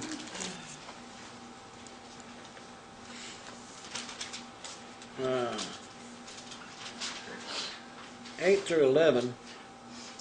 Now this is where, you know, these two spies, not the bunch, but just the two, had gone in, and they had taken refuge in the house of Rahab, And in verse 8 it says, so before they lay down, she came up to them on the roof and said to the men, I know that Yahweh has given you the land, that the terror of you has fallen on us, and that all the inhabitants of the land are faint-hearted because of you. Before they ever got there to go in and take the land, word had spread, and everybody's become faint-hearted. They were afraid of these people. Why? They knew who was leading them. Verse 10, for we have heard how Yahweh dried up the water of the Sea of Reeds for you when you came out of Egypt, and what you did to the two kings of the Amorites who were on the other side of the Jordan, Sihon and Og, whom you utterly destroyed. And as soon as we heard these things, our hearts melted, neither did there remain any more courage in anyone because of you, for Yahweh Elohim, He is Elohim in heaven above and on earth beneath. This woman knows a lot about who they are and who brought them, where they came from. If we go back and look again there in verse 14 of Exodus 15, the people will hear and be afraid. Sorrow will take hold of the inhabitants of Philistia, Palestine, this land where all these Philistines are. They're still standing on the side of the Yom Suf, right? And yet these words are in this song that they're singing as the words of a song for something that's going to be in the future. It hadn't even come to pass yet. But if we stop and think about it, people, a lot of them don't want to hear what we have to say because they're afraid. They know the one that we serve. And He doesn't represent the things they want in this world. The things of this world has become more and has got a hold on them more than He had.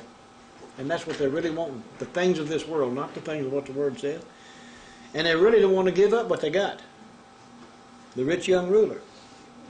He was sorrowful, right? He said, sell all you got and give it to the poor. He said, oh my God, But is that what he was thinking? He went away very sorrowful because he had great riches. If you only got $1, you don't really care whether you lose it or not. But if you got millions of them, it makes a difference. The attachment is stronger, multiplied by the number, okay? But anyhow, I'm saying that this and Joshua, what they were doing and what they were saying over here, seems to be one is a prophecy is taking place. Verse 19, back in Exodus 15, it says, for the horse, that was not horses, the horse, singular, from the Hebrew. For the horse of Pharaoh went with his chariot, singular, and his horsemen into the sea, and Yahweh brought back the waters of the sea upon them. But the children of Israel went on dry in the midst of the sea. Then Miriam, the prophetess. Isn't it funny that Miriam here, it's the same name that was Miriam of Magdala, Miriam, the mother of Messiah, and Joseph, and all those others, Miriam. How many times this word appears? And the name itself means a rebel. Then Miriam the prophetess, the sister of Aaron, took the timbrel in her hand. And all the women went out after her with timbrels and with dances, and Miriam answered them. Actually, she responded to them.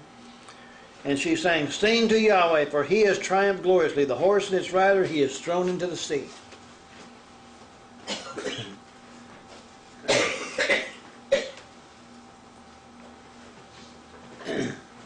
So Moshe brought Israel from the Reed Sea. Then they went out into the wilderness of Shur, and they went 3 days in the wilderness and found no water. And we know what's going to take place, don't we?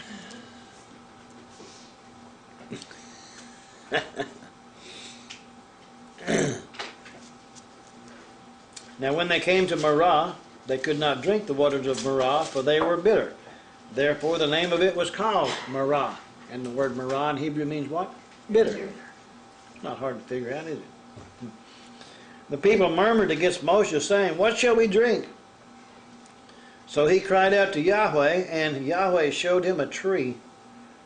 And when he cast it into the waters were made sweet. There he made a statute and an ordinance for them, and there he tested them. The waters were bitter. The bitter water of the world brings death. Okay? The tree, remember this tree had to be cut down.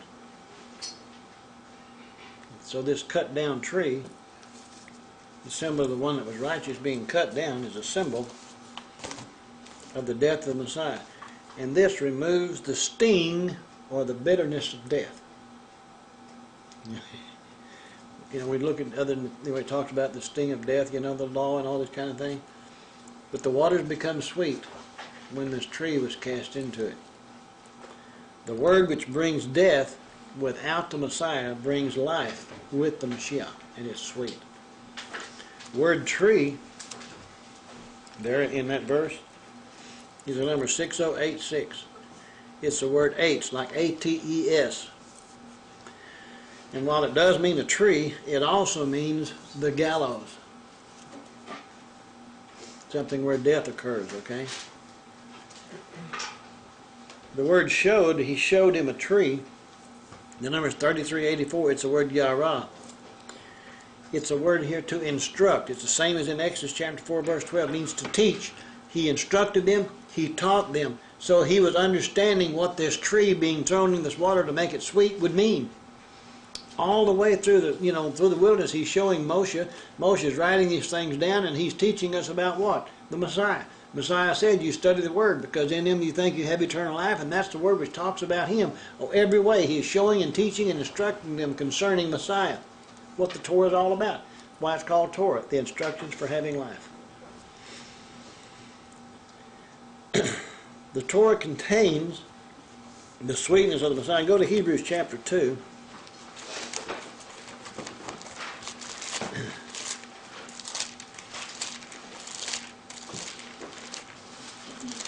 In Hebrews chapter 2, starting in verse 11,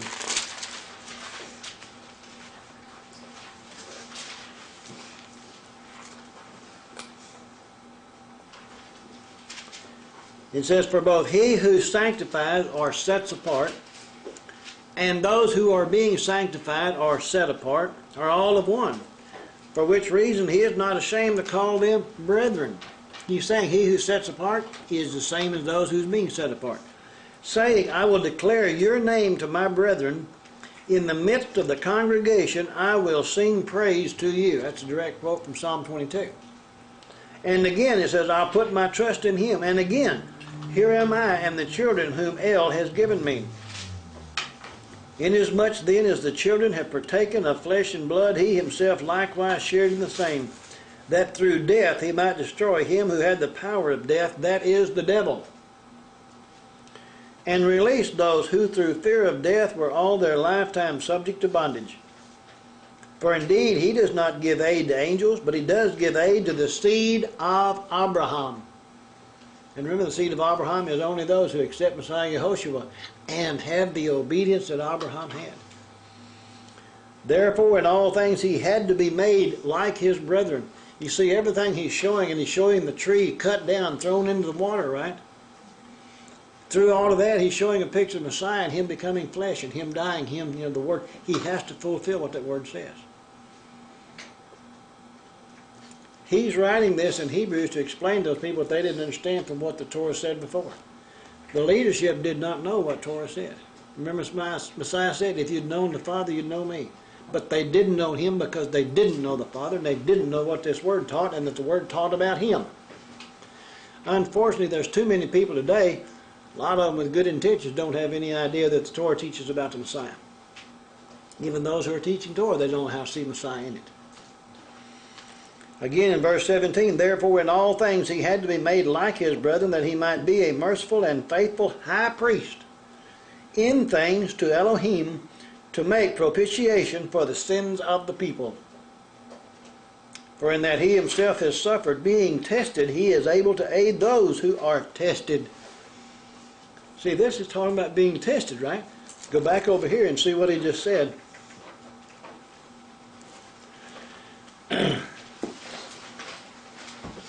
He cried out to Yahweh, and Yahweh showed him a tree, and when he cast it in the waters were made sweet. There he made a statute and an ordinance for them, and there he tested them. The people were being tested. Messiah had to be tested. That's why he came in on the 14th and began to be tested. We saw it. We were reading in Mark. The people were being tested as well. On the 10th, I think you were going to say. On the 14th. Well, on the 10th he came in, yeah, in Passover on the 14th. Yeah, you're right. Verse 26, and said, if you diligently heed the voice of Yahweh Eloheka, and do what is right in his sight, give ear to his commandments, and keep all his statutes. Is he describing then what the test is? The only test we're ever going to be faced with is whether we'll obey his word or not. You know, it's real easy to find out whether you pass the test or not. Isn't it?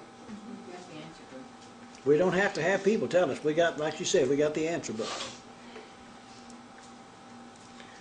Notice in verse 26, if you diligently heed the voice of Yahweh, diligently, that doesn't mean, well, if you kind of sort of maybe can sometime, you know, every now and then, maybe.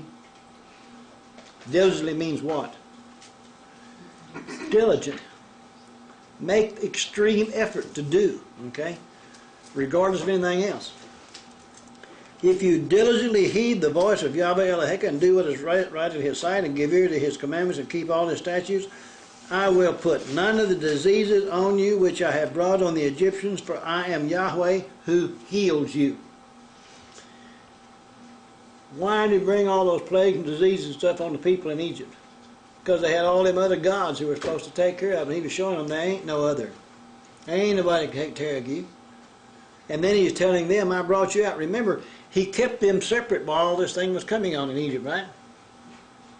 He delivered them. And he said, now if you continue to walk in obedience to my word, I'll put none of that stuff on you. But it's kind of like he's saying, they're in the world. The diseases are there, right? We get in Deuteronomy, he says, all these diseases are going to come upon you if you don't obey my word. We all sometimes think that, oh yeah, we're being totally obedient, but maybe we're really not yet. Our desire should be to become obedient, and then his word will take place in our life after your obedience is fulfilled. We read that earlier somewhere. Verse 27, then they came to Elim, where there were 12 wells of water and 70 palm trees, so they camped there by the waters.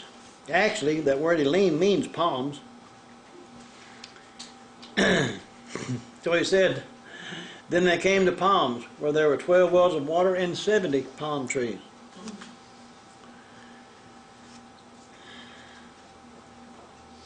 In verse 25, the word ordinance. He made a statute and an ordinance for them. The ordinance is 49:41, mishpat. It means a judgment or a verdict. He made a statute and an ordinance. So he said he made the statute, the chok, C-H-O-K, chok, Numbers 27:06. That word itself means a task. So he established a task for them, and then he made an ordinance. And this is the sentence or the verdict. It's like this is the sentence or this is the verdict, depending on how you perform the task. Chok, statutes, are things that we're supposed to do, okay? And there he tested them, and their test was on how they obeyed and did what the task was established.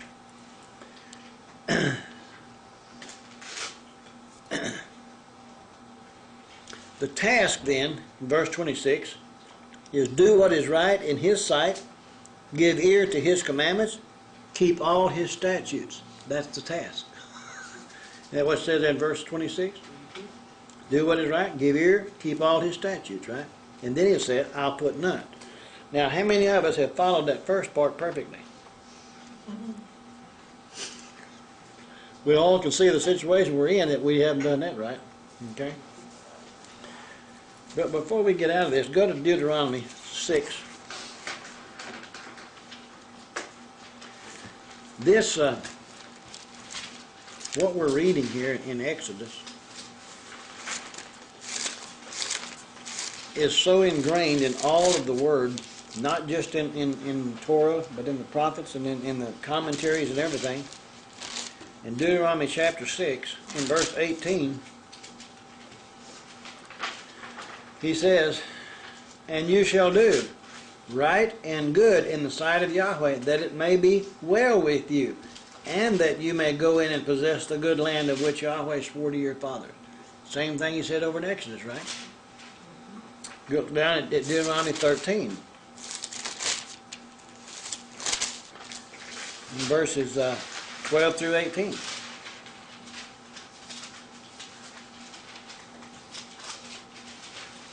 Verse 12 says, if you hear someone in one of your cities, which Yahweh Elohim gives you to dwell in, saying,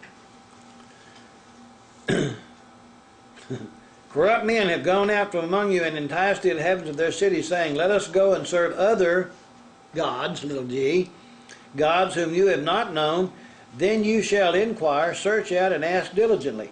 And if it is indeed true and certain that such an abomination was committed among you, you shall surely strike the inhabitants of that city with the edge of the sword, utterly destroying it, all that is in it, and its livestock with the edge of the sword.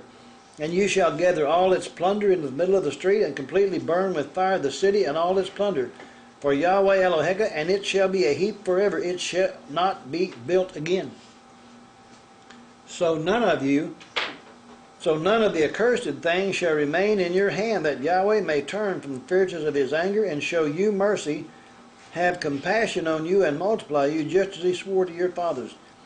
Because you have listened to the voice of Yahweh Elohim, to keep all his commandments, which I command you today, to do what is right in the eyes of Yahweh Elohim.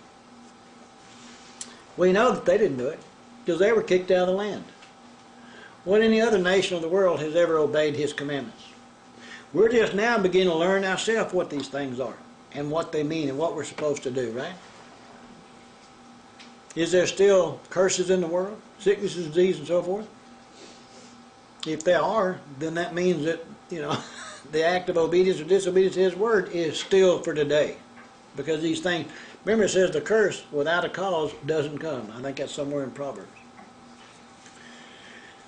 Go to 1 Kings.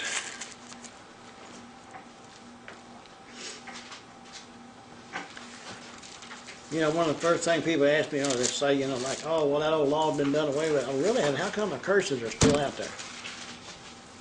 If he got rid of the law, he forgot something.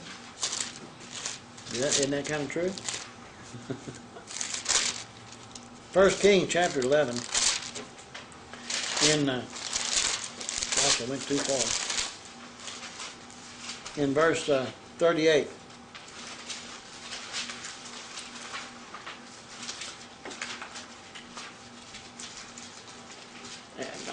If y'all get time, go back in your free time and just read chapter 11 of 1 Kings and all the things that it talks about.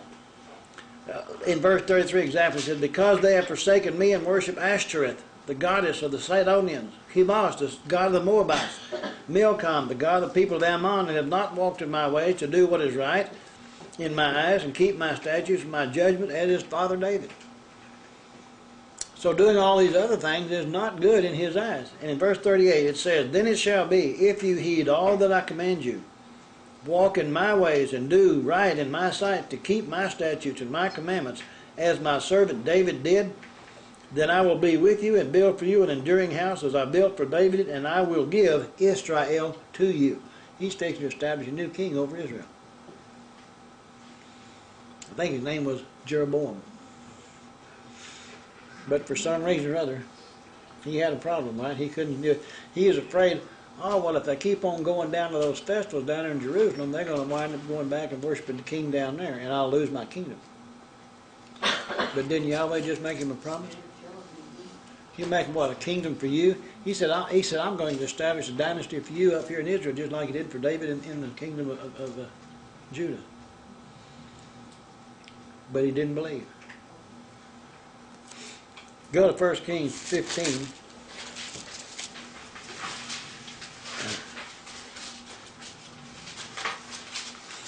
Verse 4 and 5. It said, nevertheless, for David's sake, Yahweh Elohim gave him a lamp in Jerusalem by setting up his son after him and by establishing Jerusalem. He promised David he was going to do it, and that's what he did. Because David did right in the eyes of Yahweh and had not turned aside from anything that he commanded him all the days of his life, except in the matter of Uriah the Hittite. That one little thing with Bathsheba and her husband. But then what? David went back and he repented of that. Didn't he? Remember in one of the Psalms he said, if you'll forgive me, he said, I'll become what? I'll become a teacher. To teach the word of Torah to all the other people. And yet, and David he repented and Yahweh forgave him. And he was set up as a king that all other kings of Israel had been modeled against. The only people that can't forget what David did was, the rest of the world. And they just can't understand how Yahweh could like this guy because of what he done. But it's because of him also we have hope. Okay?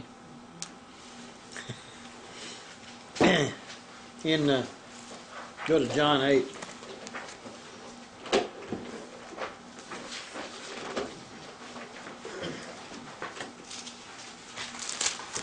In the Gospel of John, chapter 8, starting in verse 25.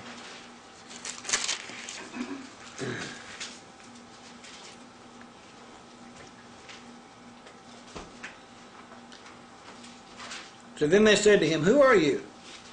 And Yehoshua said to them, "Just what I've been saying to you from the beginning." They're out there trying to figure out, who are you? Can you imagine that, saying that to him? Just what I've been saying to you from the beginning. I have many things to say and to judge concerning you, but he who sent me is true, and I speak to the world those things which I heard from him. They did not understand that he spoke to them of the Father. Remember, in another place he said, if you'd known the Father, you'd know me, right? They didn't know the Father because they didn't know what the Word said, and he's speaking to them the words of the Father. Then Yehoshua said to them, when you lift up the Son of Man, then you will know that I am he, and that I do nothing of myself, but as my Father taught me, I speak these.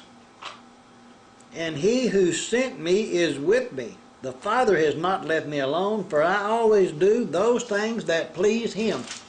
Everything that we've been reading about is doing those things that please him. And the only thing that pleases him is what? Obedience to his word. I mean, what pleases parents? Do their children, obey what they say do? If the children don't obey the parents, they're not pleasing to the parents. The children continue to disobey the parents also know the child really doesn't love me. Regardless of what they say, they don't care. They're more interested in what they want to do than what the Word says do. Or what the parents say do. They're all what they want. I mean, it's a... Go to 2 Timothy.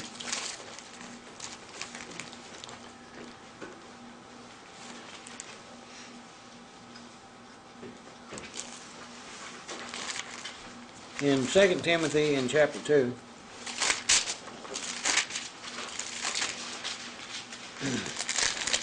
one of them little bitty books is hard to find. It gets the pages stuck together and you get lost in there. Verses 3 and 4, chapter 2.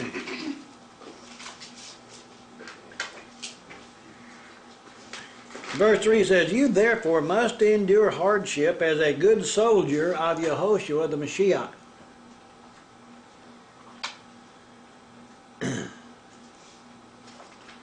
Verse 4, no one engaged in warfare entangles himself with the affairs of life, that he may please him who enlisted him as a soldier.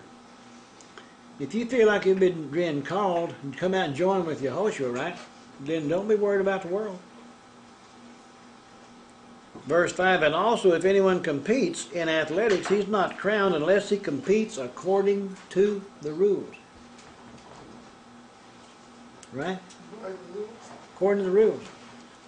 If you're going to run a race, you're going to do it according to the rules. If you're going to play a game, you're going to do it according to the rules. If you're going to live according to the life that Yahweh wants you to live by, you got to do it according to the rules. You can't break the rules and have the life that he wants you to have. Everybody here that has never broke any of the rules, raise your hand.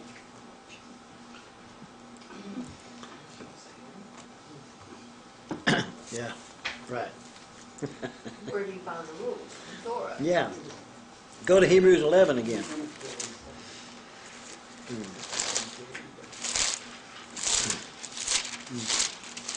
In Hebrews 11,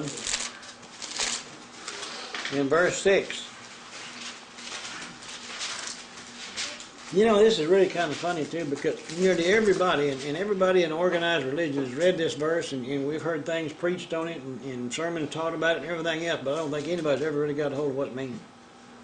But without faith, which is trust in his word, it is impossible to please. For he who comes to Yahweh must believe that He is, and that He is a rewarder of those who diligently seek Him. Do we believe that He's going to reward us if we obey Him? He is His Word.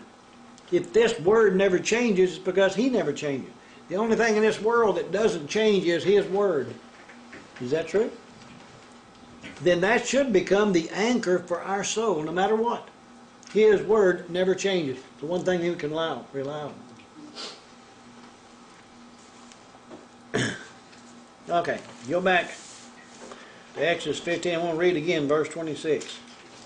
If you diligently heed the voice of Yahweh Elohim and do what is right in His sight, give ear to His commandments and keep all His statutes, I will put none of the diseases on you which I have brought on the Egyptians, for I am Yahweh who heals you. We must get a hold of that and begin to live by it. And then not be worried about the problems that we have, but realize that our obedience to His Word will take all them other things away. Because He said so. He is the one who heals us. And what is it based on? Diligently obeying His Word. Not just part of it.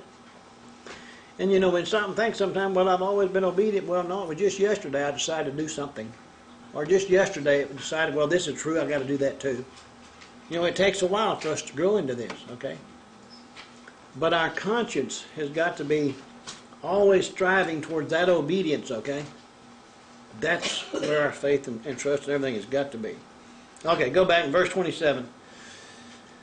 Then they came to Elim again, where there were 12 wells of water and 70 palm trees, so they camped there by the water.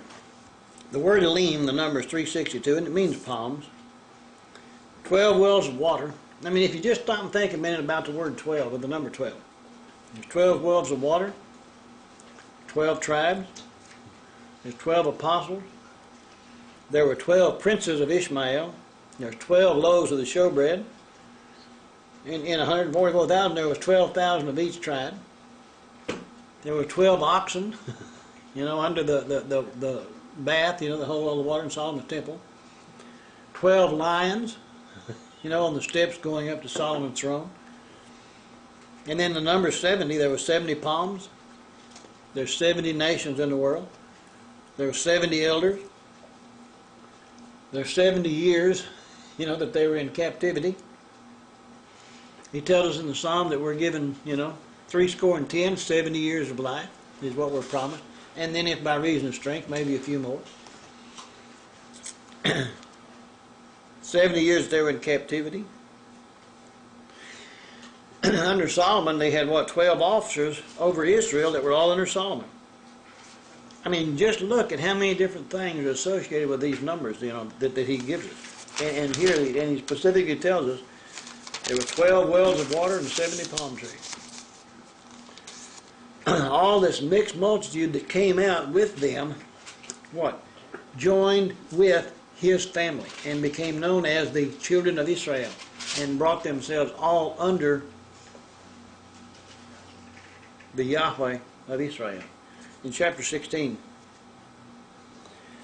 they journeyed from Elim, from the palms, and all the congregation of the children of Israel came to the wilderness of Sin, which is between Elim and Sinai, on the 15th day of the second month after they departed from the land of Egypt. 15th day of the second month. They came out of the 15th day of the first month, right? And now it's been about 15th day of the second month. It's been about 4 weeks since they came out of Egypt.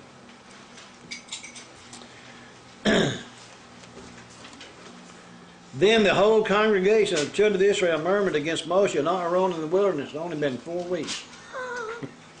And they start murmuring against them. And the children of Israel said to them, "Oh, that we had died by the hand of Yahweh in the land of Egypt, when we sat by the pots of meat, when we ate bread to the full. For you have brought us out into this wilderness to kill this whole assembly with hunger." Isn't it amazing how quick people can change? Just because of a little appetite.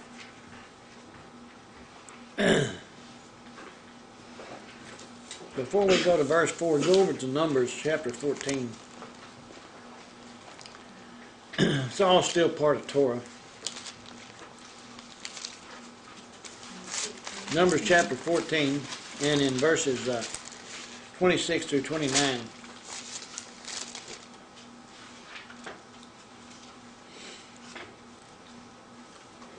And this is not the first time that these people are going to murmur against Moses and Aaron. But verse 26, then Yahweh spoke to Moses and Aaron, saying, how long, implied, shall I bear with this evil congregation who murmur against me? I have heard the murmurings which the children of Israel murmur against me. Say to them, as I live, says Yahweh, just as you have spoken in my hearing, so I will do to you. You got to be careful what you murmur. Verse 20, and the carcasses of you who have murmured against me shall fall in this wilderness. They're not going to enter the promised land. All of you who are numbered according to your entire number from 20 years old and above. How many of those originally numbered actually went in the promised land? 2. Percentage-wise, that's pretty small, isn't it?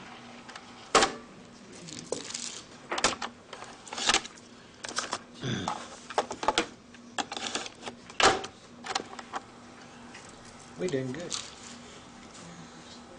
We're on downhill road now, right? Okay. Go to Matthew chapter 20.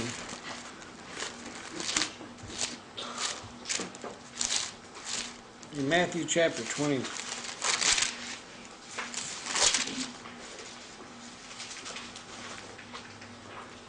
what I'm trying to show in this passage, this is exactly the same thing that these people were doing in the wilderness, was murmuring against Yahweh. And in Matthew chapter 20, the parable that he tells here, starting in verse 1, for the kingdom of heaven, you see, when he brought the people out of Israel, that's what he's wanting to give them. It's all geared toward that. But here he says, for the kingdom of heaven is like a landowner who went out early in the morning to hire laborers for his vineyard. And when he had agreed with the laborers for a denarius a day, he sent them into his vineyard. And he went out about the 3rd hour and saw others standing idle in the marketplace, and said to them, you also go into the vineyard, and whatever is right I will give you. And they went. The first batch he made an agreement with for so much. And they said, okay. And then these next ones, he kept going out and getting more. And then he said, I'll give you what is right. And they didn't question. They just said, okay. Again, he went out about the 6th and the 9th hour and did likewise. And about the 11th hour, he went out and found others standing idle, and said to them, why have you been standing here idle all day? And they said to him, because no one hired us. He said to them, you also go into the vineyard, and whatever is right you will receive. So when evening had come, the owner of the vineyard said to his steward, call the laborers and give them their wages, beginning with the last to the first. And when those came who were hired about the 11th hour, they each received a denarius, or 1 day's wage. But when the first came, they supposed that they would receive more, and they likewise received each a denarius. And when they had received, they murmured against the landowner. Isn't it amazing? They say, oh, well, you know, these guys didn't work near as hard as what. They shouldn't have got it, you know. We ought to get more.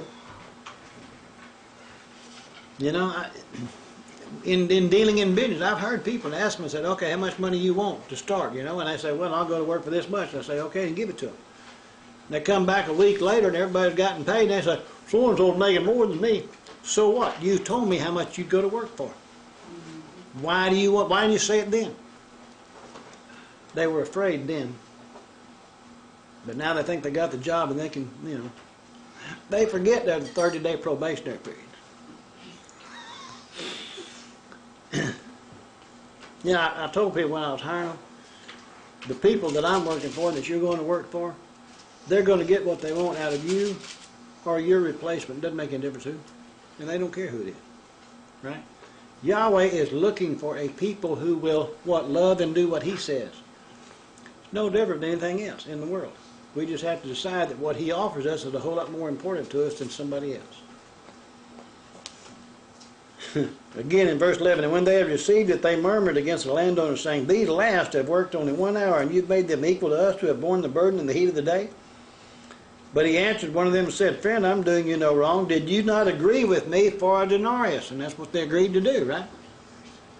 Take what is yours and go your way. I wish to give this last man the same as to you. Is it not lawful for me to do what I wish with my own things? Or is your eye evil because I'm good? So the last will be first and the first last. For many are called, but few chosen. Few are deemed entirely deserving, or deemed worthy. Okay? I mean, if we really understand that, and we're going to get according to our works, is what it says. Messiah comes, his reward is with him, and he will reward each one of us based on our works. Okay. Go back to Exodus 17. In verse 4. So Moshe cried out to Yahweh, saying, what shall I do with this people? They were almost ready to stone me. They're crying out, murmuring against you. Why'd you bring us out here? You could have killed us. You could have done all this stuff. Verse 5, and Yahweh said to Moshe, go on before the people, and take with you some of the elders of Israel. Where are you? You jumped a chapter.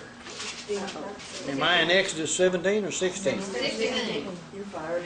No wonder. It's still good reading. Oh, we'll get there in a minute. Oh, okay. Well, I noticed I didn't find my little mark, but I figured, well, there's my mark right there. Then Yahweh said to Moshe, okay, behold, I will rain bread from heaven for you, and the people shall go out and gather a certain quota every day, that I may test them whether they will walk in my law, in my Torah, my instructions, or not. Notice what he's saying. He's going to rain manna. Is he going to give them enough for 2 or 3 days at a time, or just enough for 1 day? 1 day at a time, right? Except on Yom Shishi, on the 6th day. If y'all haven't noticed, we're getting ready for the 7th day, right? That 7th millennium. So we're in Yom Shishi, so we should be receiving a double portion. Yeah. Isn't that We'll neat? start looking for it.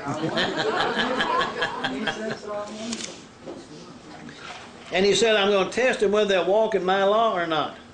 He was giving them bread for each day, and what they're supposed to do is to learn to live according to him each day. And you look for him today and don't worry about tomorrow. Because you know that tomorrow he's going to provide. But you can't enjoy what he gives you today if all you can think about is tomorrow or next week. Verse 5, and it shall be on the 6th day, Yom Shishi, that they shall prepare what they bring in, and it shall be twice as much as they gather daily. He's talking like these people know how many days there are in a week. Have you noticed that? Then Moshe and Aaron said to all the children of Israel, at evening you shall know that Yahweh has brought you out of the land of Egypt. And in the morning you shall see the glory of Yahweh, for he hears your murmurings against Yahweh. But what are we that you murmur against us? Also Moshe said, when Yahweh gives you meat to eat in the evening, and in the morning bread to the full, for Yahweh hears your murmurings against, which you make against him. And then he's saying, what are we? He's talking about me and Aaron, and he said, what are we? We're nothing. Your murmurings are not against us, but against Yahweh. People can fuss about Torah all they want to, but when they do, all they do is complaining about Yahweh. And they do. And people misunderstand it, and they try to change it around to fit what they want, what they like, or what they think they ought to do. And then they try to say, well, this is what the Scripture really says. Well, if it wasn't in there, he wouldn't meant for us to have it, right? Well, there's a lot of things that's in there that he didn't intend for those people to do, and they died because of it. Scripture talks about them eating their children. Does that mean their food? No, of course not. Verse 9, then Moshe spoke to Aaron, say to all the congregation of the children of Israel, come near before Yahweh, for he has heard your murmurings. Now it came to pass, as Aaron spoke to the whole congregation of the children of Israel, that they looked toward the wilderness, and behold, the glory of Yahweh appeared in the cloud. You can't imagine who is the glory of Yahweh. He appeared in the cloud. Do you reckon they could see him in this cloud? I mean, we really don't know. It's just kind of, but just imagine something appeared that they could see and understand. And Yahweh spoke to Moshe, saying, I have heard the murmurings of the children of Israel. Speak to them, saying, at twilight you shall eat meat, and in the morning you shall be filled with bread, and you shall know, Ani Yahweh Elohechem.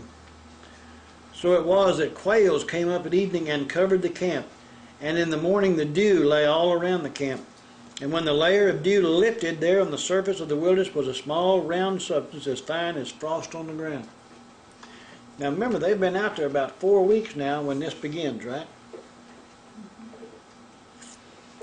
So when the children of Israel saw, they said to one another, Mana? Which means what? What is it? And it became Manna, for they didn't know what it was. And Moses said to them, this is the bread which Yahweh has given you to eat. This is the thing which Yahweh has commanded. Let every man gather it according to each one's need. 1 omer, which is, a couple of quarts or so, for each person according to the number of persons. Let every man take for those who are in his tent. And the children of Israel did so, and gathered some more, some less. You notice, they all went out gathering, and some of them were just filling up stuff. They probably filled up a whole lot more than what he said get. Some of them didn't get quite as much. But yet, so when they measured it by omers, he who gathered much had nothing over it, he who gathered little had no lack. You can do what you want to do, but Yahweh's going to make sure what you got. Isn't that amazing? Every man had gathered according to each one's need. And Moses said, let no one leave any of it till morning. Notwithstanding, they did not heed. Y'all need to make a note in your Bible, if you haven't got it. The number for that word heed there is the number 8085. It is the Hebrew word Shema, which means to hear with understanding and obey. Notwithstanding, they did not hear with understanding and obey Moses. You see, by not obeying Moses, you're not obeying Yahweh, because Moses was the one that Yahweh spoke to and told him to tell the people. Are we supposed to follow Moses? But some of them left part of it until morning, and it bred worms and stank, and Moshe was angry with them. There's a few million people out there with him, okay? And he's knowing what these people are doing. I mean, just imagine the fact that Moses by himself is trying to keep track, of what's going on. And people are bringing word back to him. And if it was only just a few thousand people in different quarters of the camp, and all the people coming to him to tell him, don't you know, he got tired of hearing, so-and-so kept it, it got worms and stank, and he'd hear it, and he'd hear it, and, and they're still doing it. I mean, we don't ever get the immensity of what he's going through out there. It's just a story, right? But when it becomes real and alive to us, we can begin to see what he went through. So they gathered it every morning, every man according to his need, and when the sun became hot, it melted. And so it was on the 6th day, Yom Shishi, they gathered twice as much bread, 2 omers for each one, and all the rulers of the congregation came and told Moses. Then he said to them, this is, Yahweh has said, tomorrow a Shabbat. We have in our English a Sabbath rest, okay? The word Shabbat means rest, so that's saying a rest? I don't think so. It's a Shabbat. A set-apart Shabbat to Yahweh. Bake what you will bake, boil what you will boil, and lay it for yourselves all that remains to be kept until morning. From this is what we understand you don't cook on the Sabbath. You bake what you're going to bake, and you do all your cooking on Friday, and you have enough left over then to eat that on Shabbat. And he said it's going to, even though it bred worms and stank, it's going to be okay for this day. Is that not a miracle in itself? So they laid it up till morning, as Moshe commanded, and it did not stink, nor were there any worms in it.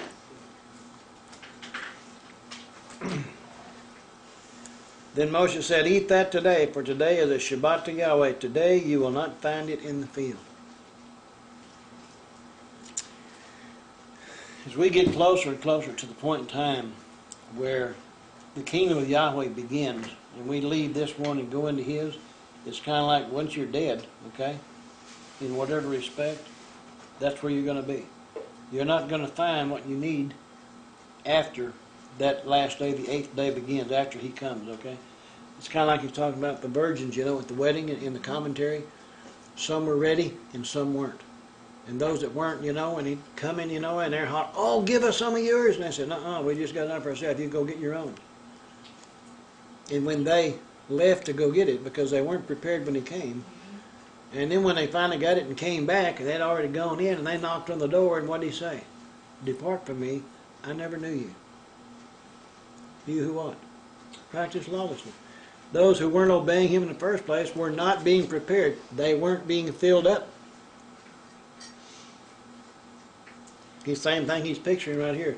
You go get it on the 6th day and you get enough for 2 days. What happened if they didn't get it on the 6th day? They didn't have nothing on the Sabbath. Because they didn't obey him. They didn't do what he said do. They had nothing. I mean, is this a real simple thing? He said, "Depart from me, you who practice lawlessness. I never knew you." We become known to him as he becomes known to us through our obedience to his word. That's how we become, and that's how this relationship builds. Without it, there is no knowing one or the other. You can know about, but you don't know the person. Verse 26, 6 days you shall gather it, but on the 7th day, that's the word Shebe'i, 76:37. But on the Shebe'i, which is the Shabbat, of the day of rest, there will be none. The 7 days of creation points to 6,000 years that it goes on. Then on the 7th day is the day of Shabbat, his rest, 1,000-year millennium, known as Al Shabbat in Jewish history. People can't wait until the last second and say, "Oh, okay, I'm going to get ready now." Doesn't work that way. Those that weren't looking for him weren't ready. They didn't have oil in their lamps. And he came, and who went in with him? Those who were looking. If you're not looking, he didn't come for you. And then if you try to go and get ready and then come back, you say, "Too late. I never knew you." I mean, that's important to begin to understand, you know. There's no question whether there's the catching away of the bride. The scriptures talk about it. You know, we can argue all day long about the timing, you know, no man knows the day or the hour, know exactly when, okay? But the question is, whenever it comes, who goes? And if you're not ready, and if people want to disagree about when it is, okay, you think it's tomorrow, are you ready? "Well, no, I ain't thinking it's tomorrow, so I ain't looking. I don't think it's going to be until the year 2491, so I'll just start getting ready, you know, a week or two before." I mean, that's a stupid statement. It's a stupid thought, but yet aren't people thinking that without realizing that's what they're doing? They're thinking, "I'm not going to get ready until I see the bus, and then I'll, you know." Then it's too late. Okay.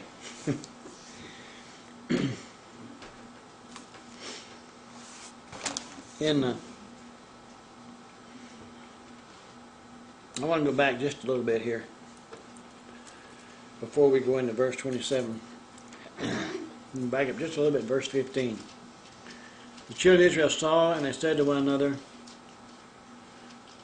"What is it?" For they did not know what it was. And Moses said to them, "This is the bread which Yahweh has given you to eat." In the Hebrew, what they actually said was, "Man hu." Man, or ma, is what? Number 4478, and it means what? Hu is a number 1931, and it means he. Ma hu. What is he? Messiah said, "This I am the bread sent down." That bread that they were looking at was the he that they're talking about. The question about what to eat is, who is he? What is he? When Yahweh told Moshe to go in to talk to the people of Egypt, what did he say? When Moses asked him, "Who shall I say sent me?" What did he say? Eyeh, Asher Eyeh. I will be who I will be. And this question is Ma, or who is he? What is he? Who is he? When Messiah told the people, "Unless you eat my flesh, you have no part of me," and then they went back and they quit following him and said, "We can't do that," you know, it's just kind of dumb. Right? Who is he? And if you don't eat his flesh, you don't know who he is. Now, I'm just thinking that this is so important. And then when he's saying, "This is the bread," literally what he said was, "Who," 1931, "who he, ha lachem," he is the bread. That's what Moses said. And that word lachem there is 3899. And the word 3899 means bread but it also has the ancient connotation of Hebrew of flesh. This is the flesh of He. If the Word became flesh, then the flesh was the Word. And this Word is what we're supposed to eat. Am I making this too complicated? I mean, I don't mean to be beating something here, but I'd like for everybody to get a hold of what he's saying and what they're saying out in the wilderness. And those who didn't know said, "Who is this? What is this?" You know, and they didn't know who or what they were eating. They didn't know who or what was keeping them alive. And then when it got time for them to do what he told them to do, they said, I ain't doing that. And they died. Because the minute you reject what he said, it's all over. Go to John chapter 6. I think it's important to recognize what this Hebrew is saying, because in the Gospel of John, in chapter 6, it's kind of funny. Some of these things only come to the Gospel of John. They don't come through Matthew, Mark, or Luke. Only in John. John chapter 6, starting in verse 30.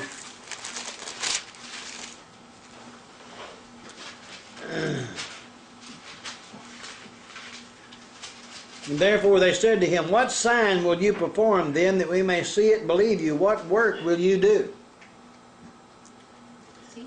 They're questioning him, but then the very things that they've been studying and reading is what they throw at him, but they don't understand who he is. Verse 31, "Our fathers ate the manna in the desert, as it is written, He gave them bread from heaven to eat." Then Yehoshua said to them, "Most assuredly I say to you, Moshe did not give you the bread from heaven, but my Father gives you the true bread from heaven." This was a symbol of it. For the bread of Elohim is He who comes down from heaven and gives life to the world. Who is the bread from heaven? Him. He's standing there. What is truth? Remember when he was standing before Pilate, and Pilate asked him a question. What is truth? And the truth was staring him in the face. He didn't recognize it. Verse 34, "Then they said to him, Master, give us this bread always." Yehoshua said to them, "I am the bread of life. He who comes to me shall never hunger, and he who believes in me shall never thirst. But I said to you that you have seen me, and yet do not believe. All that the Father gives me will come to me, and the one who comes to me I will by no means cast out. For I have come down from heaven not to do my own will, but the will of Him who sent me. This is the will of the Father who sent me, that of all He has given me I should lose nothing, but should raise it up at the last day. And this is the will of Him who sent me, that everyone who sees the Son and believes in Him may have everlasting life, and I will raise him up at the last day." The Yehudi then murmured against him, because he said, "I am the bread which came down from heaven." And they said, "Is this not Yehoshua, the son of Joseph, whose father and mother we know? How is it then that he says, 'I have come down from heaven'?" Yehoshua therefore answered and said to them, "Do not murmur among yourselves. No one can come to me unless the Father who sent me draws him, and I will raise him up at the last day." Unless the Father draws him. Who is the one that draws the people? Moshe, the one who is drawn out, and he draws the others. And who does he teach them about it? The Father. Messiah said, "If you'd known the Father, you'd know me." And then when we start studying the Scriptures, who does Messiah send us back to? Back to Moses. Verse 45, "It is written in the prophets, and they shall all be taught by Yahweh. Therefore everyone who has heard and learned from the Father comes to me." When you reject Messiah Yehoshua, you reject the Father. And he said, "Nobody comes to the Father except by me," right? And yet the people today who believe that they are following this Messiah, who are they really following? They're following somebody that's made up, that a bunch of people say, "Oh, this man came and he died for your sins, and he told you you don't have to obey that old law anymore." Who is that person that they are representing? Is it the Messiah of the Scripture? Because the Scripture says the Messiah is the one who was that Word made flesh. And if we're going to eat the true bread, we have to go back and eat that Word that He gives us every day. Okay.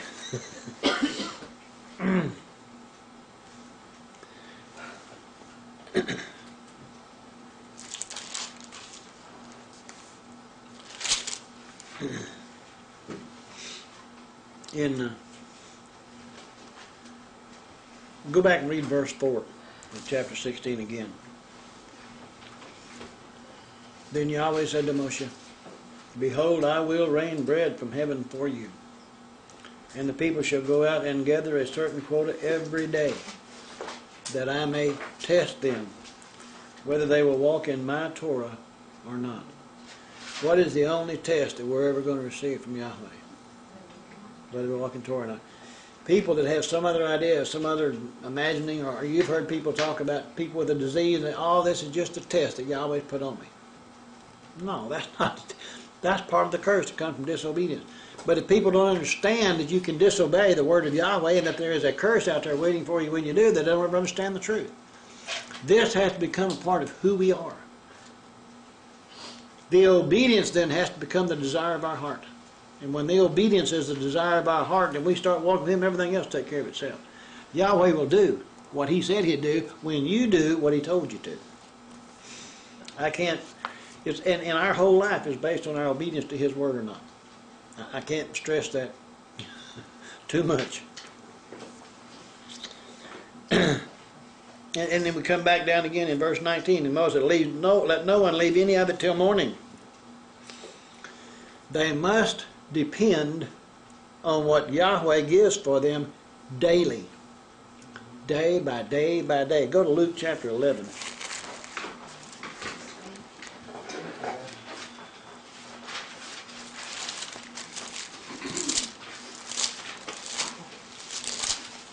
In Luke chapter 11, well, in verse 2 it says, So he said that when you pray, say. They had come to him and asked him to tell him how to pray. And what did he say in verse 3? Give us day by day our daily bread. That's what Messiah told the people at that time. Well, this is part of the commentary. Is this for today? If we're supposed to be praying that on a daily basis, how come we keep wanting stuff to last for 2 or 3 weeks? Why is it? Why we want all this other? Why can't we just be satisfied with day to day? He might come this afternoon. And instead of you looking for him, you was thinking about tomorrow. I'm not saying we don't make plans, because the scriptures tell us that man makes the plan, but then Yahweh guides your feet where he wants you to go, right? But the main thing, uppermost, has to be our obedience to him today. You see, we know what we can do today. We don't necessarily know what we're going to do tomorrow. So today is the one that we really try to take care of. Okay. Go back to Exodus.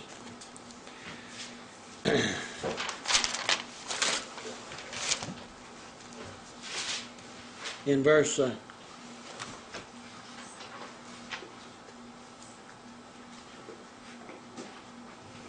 27. Now it happened that the people went out on the 7th day together, but they found none. And Moshe said to Moses, and Yahweh said to Moses, How long do you refuse to keep my commandments and my laws? He said this to Moses. He's talking about the people, is he not? Mm-hmm. How long do you refuse to keep my commandments and my laws, my instructions, my Torah? See, for Yahweh has given you the Sabbath. Therefore he gives you on the 6th day bread for 2 days. Let every man remain in his place. Let no man go out of his place on the 7th day. Going out on the 7th day is going out to get bread, right? It's kind of like, well, I got to go work on Saturday to get more money. Oh, I didn't get enough bread from Yahweh back on the 6th day. I got to do it tomorrow. We get this idea. We have to do it because Yahweh is not going to provide for us. And if we don't do what we said, well, then this man may fire me and I'll lose my job, and who cares? I mean, you didn't have one before you got that one. Yahweh can get you another, probably better. But our mind is not really geared to what this word is telling us, what this word is saying. I think everybody just got a much better, clear connection in between getting bread on the Sabbath and working. It's the same thing. How important is the Sabbath day? One of the first things people begin to do when they come to know the truth, become to study the Torah, is they decide what? The 7th day is on Saturday. And then we got to start honoring it. Isn't that one of the first things that people learn? Right? And then we think, well, we can do all the other stuff, but we can't do that one. And yet Yahweh said, if you break one, you broke them all. You can't just go up there and say, well, I've done everything else, but you're just going to have to overlook this one. He said, no, that's not the way it works. Let every man remain in his place. Let no man go out of his place on the seventh day. A lot of people today say, oh, well, see, you can't even get in your car to go someplace, to observe the Sabbath or anything else. Well, Messiah walked through the fields and everything. I mean, he may not, had a car, but he walked to go to the different synagogues on the Sabbath, right? What's wrong then with going to the assembly of people to study about the Word? But we can apply things in so many erroneous ways, that we shouldn't do. So the people rested on the seventh day. The people rested. They finally decided, I ain't going to go out to a nook bar tomorrow because it ain't going to be there. I mean, right? I mean, the thing about it is people are going out right now on the Sabbath thinking, well, I'm going to get it, but they ain't getting ahead. They ain't got everything that they need. They don't have everything that they want. Why? I mean, if it was really working, that ought not be no problem. Verse 30, so the people rested on the seventh day.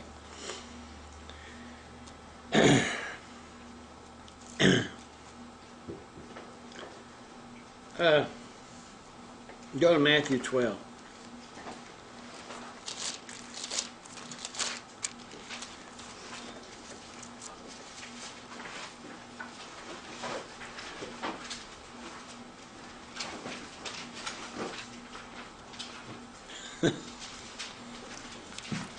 Starting verse 1 through 8, Matthew 12. At that time Yehoshua went through the grain fields on the Sabbath, and his disciples were hungry and began to pluck heads of grain and to eat. But when the Pharisees saw, they said to him, look, your disciples are doing what is not lawful to do on the Sabbath. Where does the Torah ever say that you can't pluck a handful of grain on the Sabbath?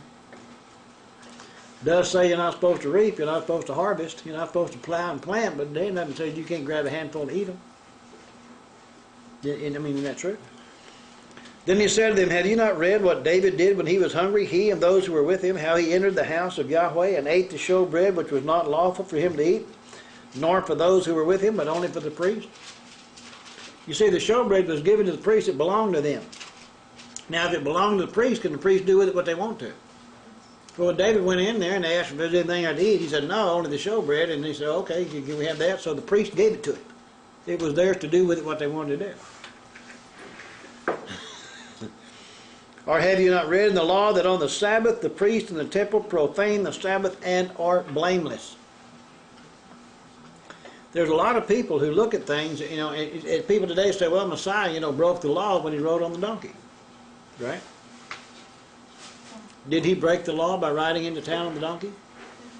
Well, in the Torah it says you shall not make your donkey labor or your animals labor or do any work or anything else on the Sabbath day, right?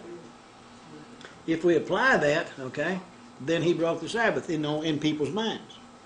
But what about this one right here? Have you not read in the Torah that on the Sabbath the priests in the temple profane the Sabbath and are blameless? What are the priests doing in the temple on the Sabbath? Working, preparing food, cooking this thing, killing animals, slaughtering, doing all kinds of working like everything. Why? Because Yahweh told them to. If Messiah, when he rode into Jerusalem on the donkey, and remember the prophecy in Amos says, your Lord, your King shall come to you riding on a donkey, right? If he hadn't have done that, would he have broken the prophecy? Then he would have been into sin, wouldn't he? But since he was fulfilling the word of Yahweh, he did not profane the Sabbath. He was guiltless. People can say he sinned all they want to, but the Scriptures, according to the way the Scriptures read, he was not. He did not sin. He obeyed the word of Yahweh. So many times we get these ideas about something because it's something that we understand and we apply it in all cases it doesn't fit. That's what's happening here. They got all over them because they ate the handful of grain. And he said, what's the matter with you? David and his people ate the showbread. And it wasn't lawful for them to eat it, right? But since it belonged to the priest and the priest gave it to him. But then he says in verse 6, but I say to you that in this place there is one greater than the temple. But if you had known what this means, I desire mercy and not sacrifice. All they could ever think about sometimes is, oh, I must sacrifice if I'm going to be good enough. I got to give up this. Oh, I can't turn on no heat, I can't turn on no light, I got to sit in the cold, I got to sit in the dark, I got to do this, then I'll be worthy of Yahweh. And that's the dumbest thing in the world. Have you ever heard people talk about, oh, I just need a little bit to get by. I don't need a whole lot of money, I just need a little bit to get by. If you just give me enough just to get by. Well, if you get more than that, give the rest to somebody else, and you just take what little bit you need. I mean, you know, what is it? It's some type of... We see people then in the Catholic Church going up to the temples or going up to places where, you know, the statues are bleeding and crying and all this kind of stuff and whipping themselves on the back, trying to be worthy of Yahweh. And what does he say do? Obey my word. But they're not taught that. I know. But they don't read for themselves. Every person has got the same opportunity to read the Scripture and believe it that we do right now. You ever stop by thinking? And yet so many people read these things, and yet they can't understand it. Why? They're perishing. Do what? They're perishing. According to They're perishing, yeah. If this Scripture, right, is not understood, it's only because those are perishing that read it. And they're listening to what other people say. If a person ever makes a decision in his own mind, I got to read this Bible and what it says, I'm going to believe and forget what anybody else says, everybody will be in great shape. If you had known what this means, I desire mercy and not sacrifice, you would not have condemned the guiltless. Go back to Hosea and a lot of other places where it talks about this. And what talking about mercy, in Exodus 20, doesn't he say that he keeps mercy with those who what? Love him and keep his commandments. And that's what he's talking about. And if he desires mercy and not sacrifice, he wants people that keep his commandments. Those who will walk in faithfulness to him. Not a sacrifice. He didn't delight in the sacrifice. The sacrifice was to cover sin. He died to cover sin, right? Because none of us could be saved any other way. But that's not what he wanted. In the beginning, if he gave everybody, you know, the same thing. If Adam had just done what he told him to do. Right? But he didn't. And then in verse 8 it says, for the Son of Man is master even of the Sabbath. I think a better word there is creator. Yeah. The Son of Man, the Son of Man, the Son of the Creator is master of the Sabbath. We obey what he told us to do even on the Sabbath because the Sabbath is a picture of the day of rest. And he talks about to enter into his rest, okay? Well, is this weekly Sabbath the ultimate rest that we're going to enter into? Or is this a picture of the ultimate rest to come? It's a picture of the ultimate. And what we really need to be doing then is be looking to go into the ultimate Sabbath, not on the daily thing. But we can't ignore the weekly thing. Go back then.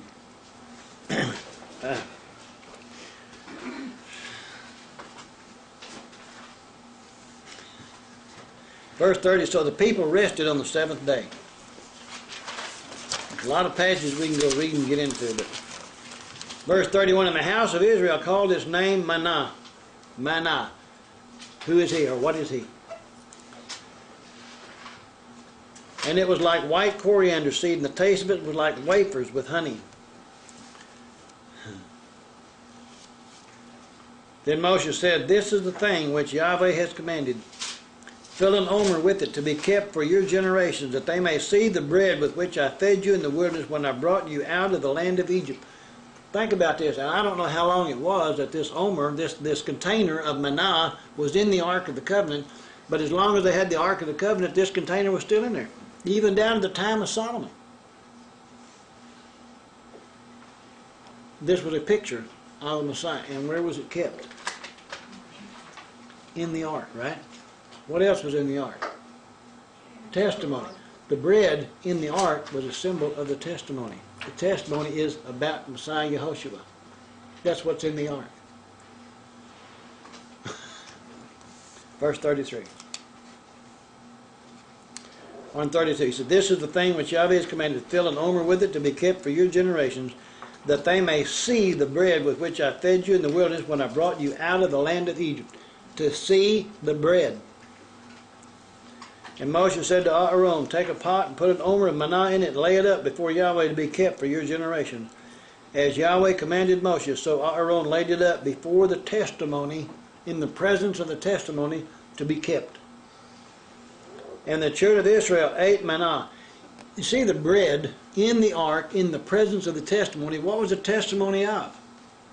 The bread sent down from heaven. The bread was a symbol of Messiah to come. So the testimony is about Messiah to come and become the bread and die for us. The testimony of Yehoshua is the word that testifies of what he's going to do. And this testimony is in the festivals. Why don't people understand who he is? They don't observe the festivals, and therefore they have no concept of the testimony of Yehoshua. In Psalms, it talks about the people would go up, yearly to what? To the testimony in Jerusalem. The festivals they would go up to. The spirit of prophecy is the testimony of Yehoshua. Doesn't it say that over in Revelation? Verse 35, and the children of Israel ate manna 40 years until they came to an uninhabited land, to an inhabited land. They ate manna until they came to the border of the land of Canaan. Now an omer is 1/10 of an ephah. Go with me to Joshua chapter 5.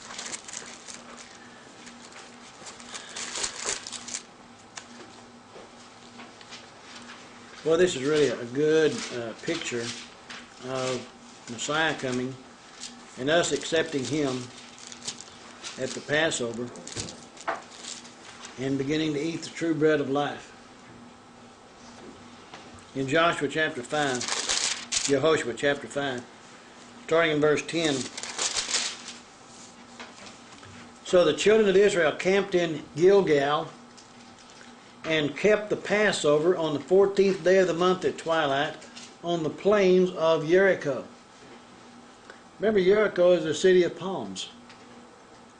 Remember Elim, where there were 70 wells or 12 wells of water and 70 palms.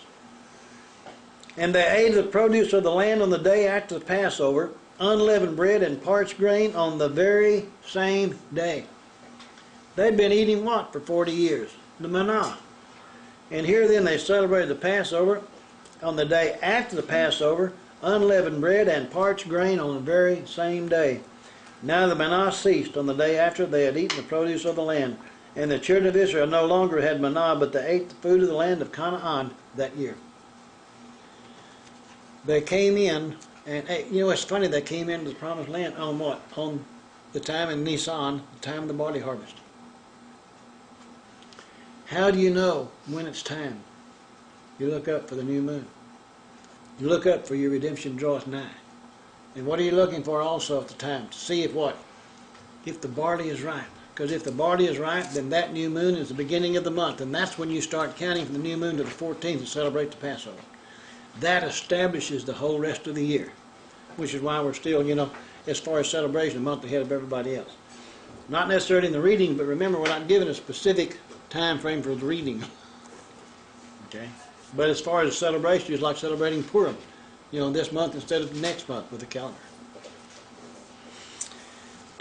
Okay. Back in chapter 17 again. Then all the congregation of the children of Israel set out on their journey from the wilderness of Sin according to the commandment of Yahweh and camped in Rephidim, but there was no water for the people to drink. The word Rephidim is the number 7508. The word itself means a baluster. And all of you, I guess, have ever seen a staircase going up and you handle and you got all the little things that go up and down vertically to support it called balusters. There's something for support as a railing. The Brown Driver Briggs gives a definition of this word also as a resting place. So they camped in Rephidim, the resting place or the place of support.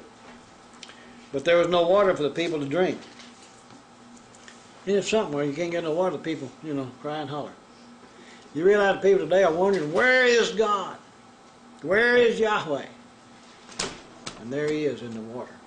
Washing of the water of the Word. It's always there. Verse 2, therefore the people contended with Moshe and said, give us water that we may drink. And Moshe said to them, why do you contend with me? Why do you tempt Yahweh? The people thirsted there for water, and the people murmured against Moshe and said, why is it you have brought us up out of Egypt to kill us and our children and our livestock with us? So Moshe cried out to Yahweh, saying, what shall I do with this people? They are almost ready to stone me. That's where I was starting a while ago. I was kind of anxious to get here. And Yahweh said to Moshe, go on before the people and take with you some of the elders of Israel, Also take in your hand your rod with which you struck the river, and go. Behold, I will stand before you there on the rock in Horeb, and you shall strike the rock, and water will come out of it, that the people may drink. And Moshe did so in the sight of the elders of Israel. Now, as Moses is fixing to strike this rock, who's standing on the rock? Yahweh is. Yahweh said, I will what? I will stand before you on the rock in Horeb. Now, where is this Mount Horeb? It's down in Arabia. And water will come out of it, that the people may drink. And Moshe did so in the sight of the elders of Israel. Remember, we read earlier over there, and he talks about that water, that rock that followed them, was the Mashiach. That's where the water came from. When they got the water later on to put in the laver, that was made in the tabernacle, where did the water come from? It's that rock, that water that followed them in the wilderness. Verse 7, so he called the name of the place Massah and Meribah, because of the contention of the children of Israel, and because they tempted Yahweh, saying, is Yahweh among us or not? I mean, that's still going on today, and people still think that way. In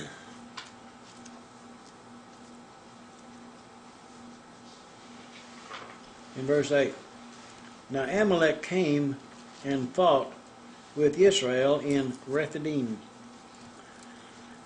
Amalek is the number 6002, and the name itself means warlike. And remember, he is a descendant of Esau. Make yourself a note, Genesis 36 verse 12 is where you can find that genealogy. And he's going to have what? War with Amalek, the descendant of Esau, for how long? Verse 9, and Moshe said to Yehoshua, 3091 is that name, choose us some men, and go out, fight with Amalek. Tomorrow I will stand on the top of the hill with the rod of Elohim in my hand.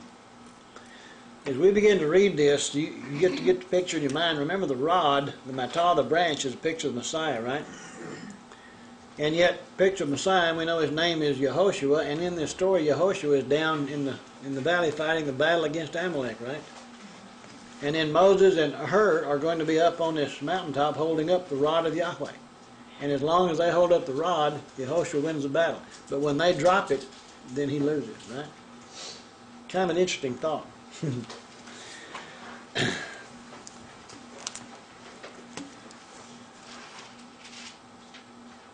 Verse 10, so Yehoshua did as Moshe said to him, and fought with Amalek, and Moses, Aaron, and Hur went up to the top of the hill. Moses, the one who draws us out, the light bringer, and Hur. And what does Hur mean? White linen of righteousness. White linen of righteousness. White linen of righteousness. So Moses is sitting on the rock. He's holding up the branch. The white linen of righteousness is on one side and the light bringer on the other. And they're holding up the rod of righteousness, and they're supporting Moses' hand. Who is supporting Moses? The high priest. All these pictures, all these things that's involved in it. Verse 11, and so it was when Moshe held up his hand that Israel prevailed, and when he let down his hand, Amalek prevailed. Yehoshua is the number 3091. When you look this up in the scriptures and you go back and find out where it occurs, and you'll find in Numbers that Moses called Hoshea Yehoshua. Hoshea means deliverer, and he called him Yahweh is deliverer. Okay? So the name Yehoshua 3091 means Yahweh is deliverer.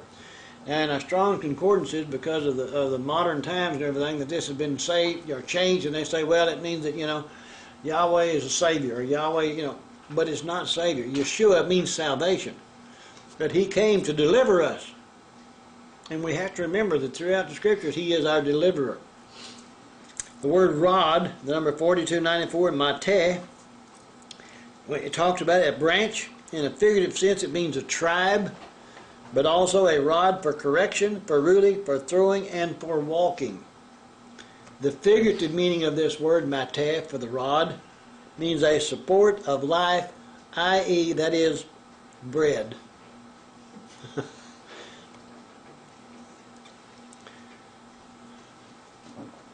So they stand on top of the hill with the rod in his hand. Okay? Go to Matthew 5.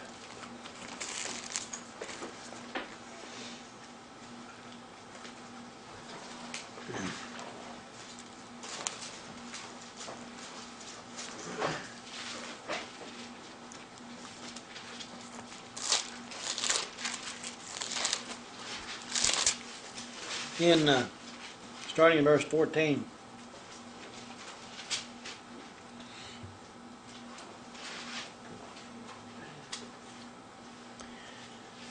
Rod is a picture of the Messiah. He also is the light of the world. Okay? The white linen of righteousness, which is her. The light bringer, which is, Aaron. They're helping hold up the rod. Here in verse 14, Messiah is speaking to us, and it says we're all going to be taught by Yahweh, and he's speaking, he said, "You are the light of the world. A city that stood on a hill cannot be hidden." Where are they up there on the hill holding up this rod of righteousness, this brightness, okay? Nor do they light a lamp and put it under a basket. You can put it up there and be covered up where it couldn't be seen, But on a lampstand, it gives light to all in the house or in the family. "Let your light so shine before men that they may see your good works and glorify your Father in heaven." As long as all this is being lifted up, who was winning the battle against Amalek? Yehoshua. Right? Messiah did many works in a lot of places when he was here. But a lot of places he couldn't do any mighty works. Why? Because they didn't believe. And he said, what? The traditions of men make the word of Yahweh of no effect. It's our belief in this word, or lack of it, that establishes the path in our lives.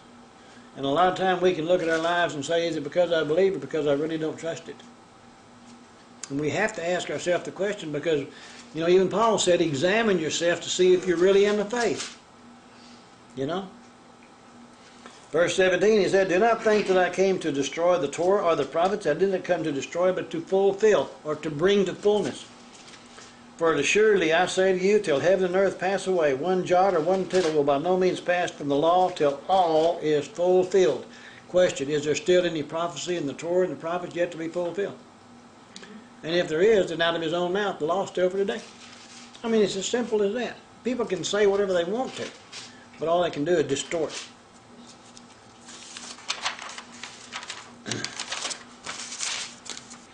Going back to 17, Exodus 17.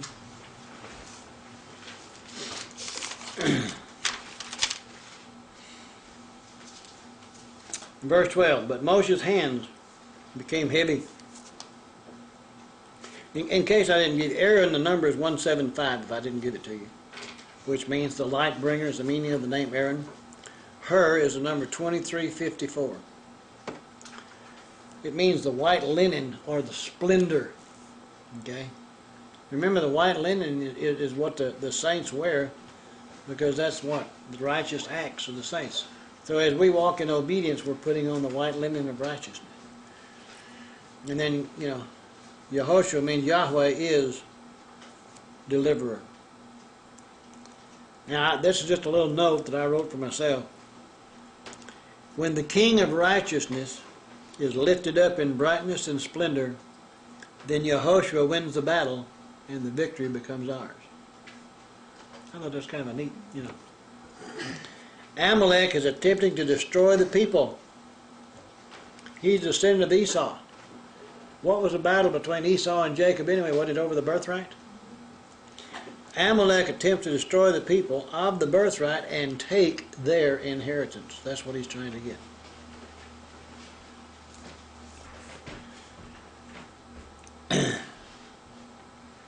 In verse 12, "But Moshe's hands became heavy, so they took a stone and put it under him, and he sat on it. And Aaron and Hur supported his hands, one on one side and the other on the other side, and his hands were steady until the going down of the sun." So Yehoshua defeated Amalek and his people with the edge of the sword. Then Yahweh said to Moshe, "Write this for a memorial in the book and recount it in the hearing of Yehoshua, that I will utterly blot out the remembrance of Amalek from under heaven." We still remember now, though, don't we? So this is something that's yet to be done. And he's going to blot out the remembrance of Amalek, the descendants of Esau. That's a tough thing, isn't it? I think if I knew what this word said and I was a descendant of Esau, I would convert. I would change and I would join another family. You see what I'm saying? And Moshe built an altar and called its name Yahweh Nisi. Meaning what? Yahweh is my banner. For he said, because Yahweh has sworn, Yahweh will war with Amalek from generation to generation. That concludes the reading in the Torah for this day. If you will, go with it to Mark, Gospel of Mark. We're going to start in chapter 15.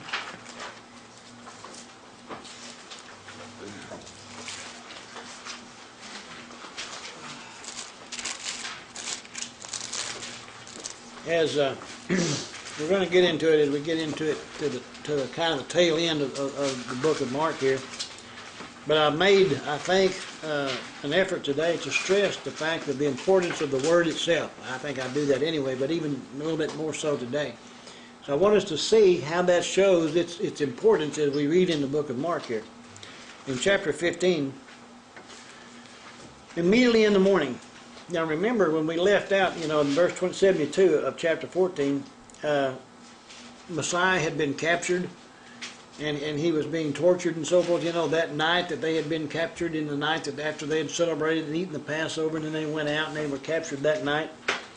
And then here in chapter 15 it says, immediately in the morning, this is still on the day of the 14th. They had the Passover the night before. He got captured. This is still the daytime hours of the 14th. In the morning the chief priest held a consultation with the elders and scribes and the whole council, and they bound Yehoshua, led away, and delivered him to Pilate. Pilate asked him, are you the king of the Yehudi? And he answered and said to him, it is as you say.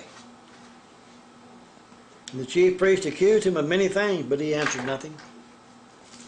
Then Pilate asked him again, saying, do you answer nothing? See how many things they testify against you. But Yehoshua still answered nothing, so that Pilate marveled. Now at the feast he was accustomed to releasing one prisoner to them, whomever they requested. What feast are they coming up on? It's going to have the Feast of Passover. And there was one named Barabbas. Feast of Passover? Well, they had just eaten the Passover the night before, and now they were coming up prepared for the Feast of Unleavened Bread that night. So which feast is this? So this feast here, he was accustomed to release, probably it's the Feast of Unleavened Bread.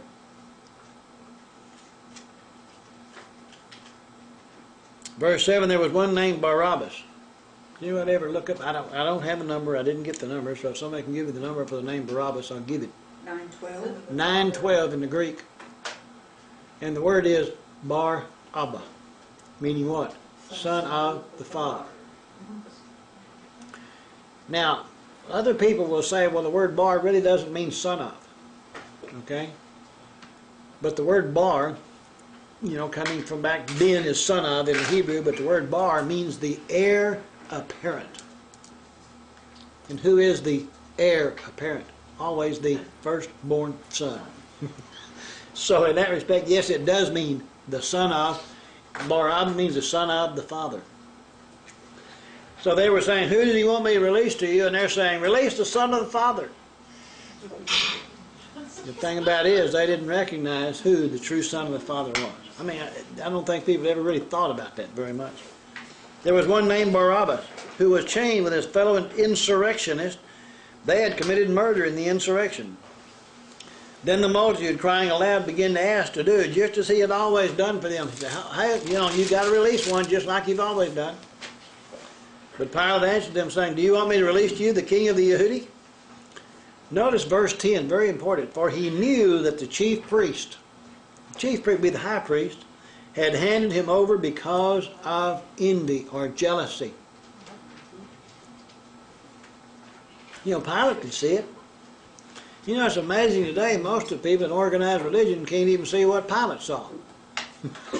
And he knew the only reason they brought him was for jealousy. But the chief priest stirred up the crowd so that he should rather release Barabbas to them. They're going around out there stirring up the crowd. I mean, we've seen movies today made out of this, but you know, nobody ever had an original idea. It all came from the word of Yahweh. And Pilate answered and said to them again, "What then do you want me to do with him whom you called the King of the Yehudim?" You might say that they had stirred it up and they'd become a lynch mob. So they cried out again, "Crucify him." And Pilate said to them, "Why? What evil has he done?" And they cried out more exceedingly, "Crucify him." He knew that he'd done nothing wrong. He knew the only reason they brought him up there was because of jealousy or envy. He knew it. But since he's not one of them, he's still got, trying to keep the peace, he thinks. Verse 15, so Pilate, wanting to gratify the crowd, released Barabbas to them, and he delivered Yehoshua after he had scourged to be crucified. I think in one of the other Gospels there was a thing in there talking about his wife. Pilate's wife had come to know who this man was. And in private she had talked to Pilate and told him, said, "You better not have anything to do with this man." Which is probably one of the reasons why he went, washed his hands and he said, I'm free of this. This is your doing. His blood be on your head, not mine. Then the soldiers led him away into the hall called Praetorium, or the governor's headquarters, and they called together the whole garrison. Now notice he's being led away. He was, captured in the garden, and he was led into the city, and he was, led to one other place, and he's led back to another place, and he's just all during the night, and he's being whipped and beaten and everything. Verse 17, they clothed him with purple, and they twisted a crown of thorns, put it on his head. It's interesting if you think about it. The thorns came into being because of the curse of Adam. So the thorns being a symbol of the curse, and he wore the curse on his head. They began to salute him, "Hail, King of the Yehudi." Then they struck him on the head with a reed and spat on him, and bowing the knee they worshipped him. And when they had mocked him, they took the purple off him, put his own clothes on him, and led him out to crucify him. Now they compelled a certain man, Simon, a Cyrenian, the father of Alexander and Rufus, as he was coming out of the country and passing by, to bear his stauros, his execution stake. And they brought him to the place Golgotha, which is translated the place of a skull. And those of you that have seen it in the pictures, and been there and looking at it in real life, you can stand in the garden, and look down at the tomb where he was buried, and look right over there across the street, and there's that stone, that rock Golgotha, where he was crucified. And right down there on the right-hand side of it is an Arab bus station. They brought him to the place Golgotha, which is translated the place of a skull. Then they gave him wine mingled with myrrh to drink, but he did not take. And when they crucified him, they divided his garments, casting lots for them to determine what every man should take. Now it was the 3rd hour, and they crucified him. When they brought him in, it was early in the morning, during the first watch. And the 3rd hour of the day is at 9 o'clock a.m. If you haven't got a little note in your Bible, you need to write it in there, 9 o'clock, 3rd hour. And the inscription of his accusation was written above. The inscription of his accusation, or really his crime. They wrote the crime above him that he's being crucified for, so everybody knows why he's dead. And what did they write? Hamelech HaYehudi. The King of the Yehudi. With him they also crucified 2 robbers, one on his right and the other on his left. So the scripture was fulfilled, which says, and he was numbered with the transgressors. And those who passed by blasphemed him, wagging their heads and saying, "Aha, you who destroy the temple and build it in 3 days, save yourself and come down from the stake." Likewise the chief priest also, together with the scribes, mocked and said among themselves, "He saved others, but himself he cannot save." They did not understand anything about what, the scriptures say. Verse 13, "Let the Mashiach, the King of Israel, descend now from the cross, that we may see and believe." And those who were crucified with him reviled him. Talk about the 2 thieves on one on each side. One of them didn't. Now when the 6th hour had come, there was darkness over the whole land.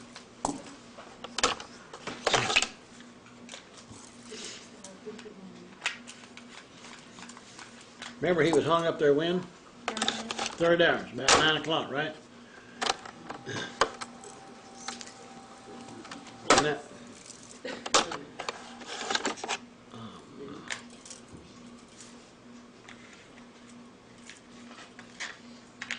goodness gracious, what is that doing?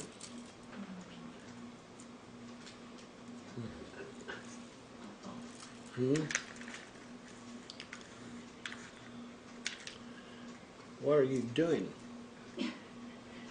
You're not doing what I want you to do.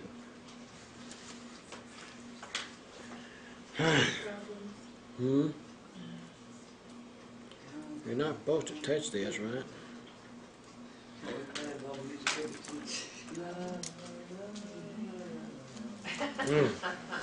Sing, everyone. That's right. And it's been a You want another tape? We'll fill in. Another tape? And we'll try to fix that and add it on to it. Oh, you have another one? Pick another one. Another tape quick. Start talking back to you. The assistant out of the room is lovely white. Not Miss Vanna, but it is. I'll get it later then. Here it is. Wait a minute. I think I got it. I think I got it. If you can hold that thing for me right there. Hold that right there, okay? Do you still got it?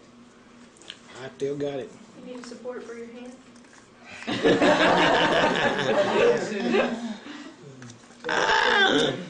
All right. Not That's a just in hand case. control. Miss Betty. When y'all get the tape and you turn it over, just remember it's kind of got a long leader on the second side. Okay? Where were we at?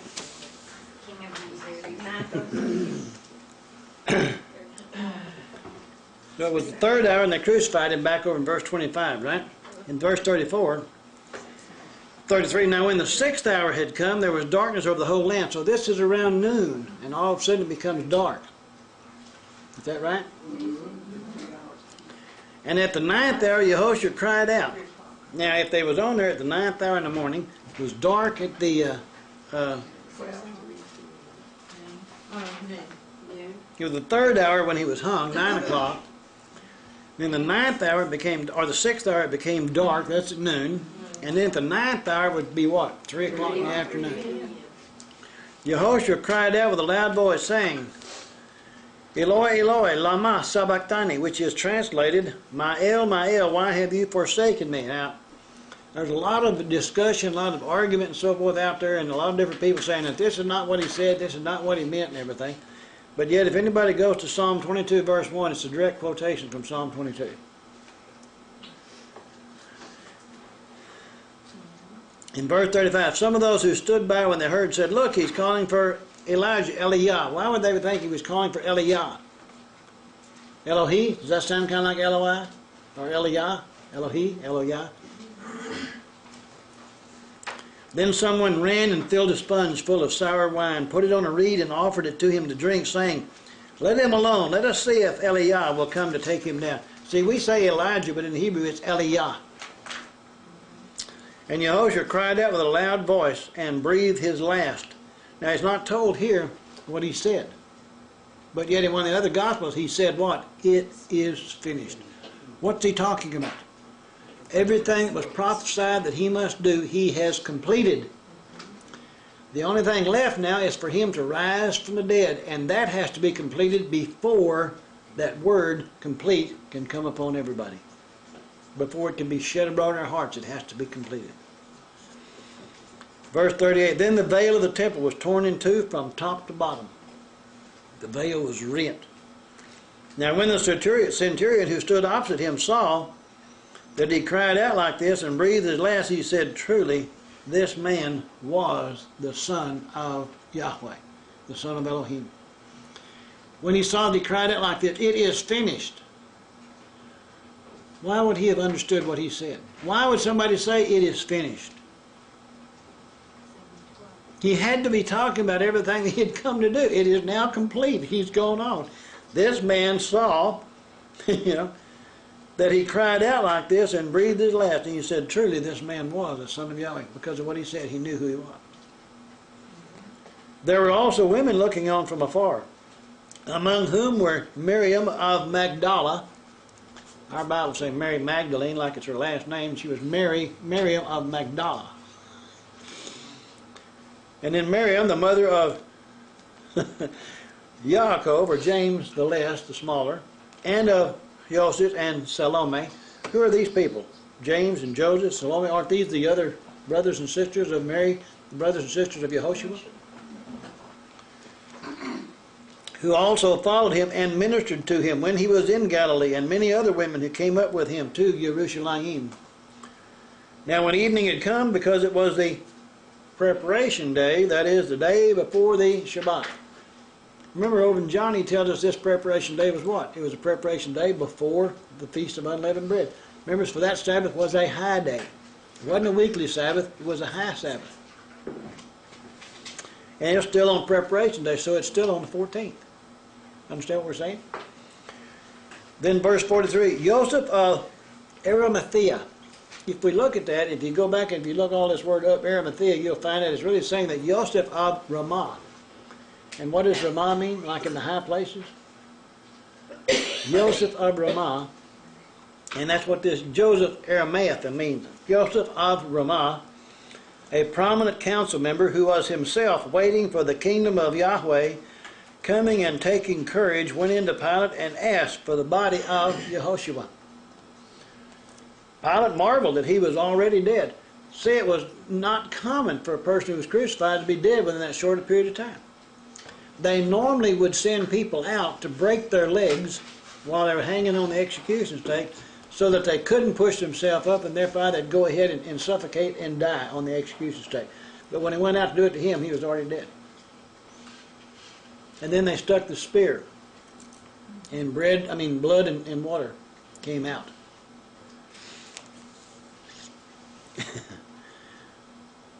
But Pilate marveled that he was already dead, and summoning the centurion, he asked him if he had been dead for some time. So he's kind of amazing he's already dead.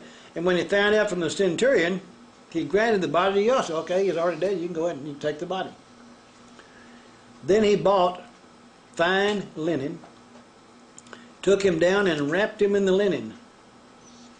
Does that sound like this prayer shawl that they're, or this what is that thing, that shroud of Turin? Does that sound like the shroud that everybody says they wrapped him in this linen? Over in the Gospel of John, it says they wrapped him in the strip of linen.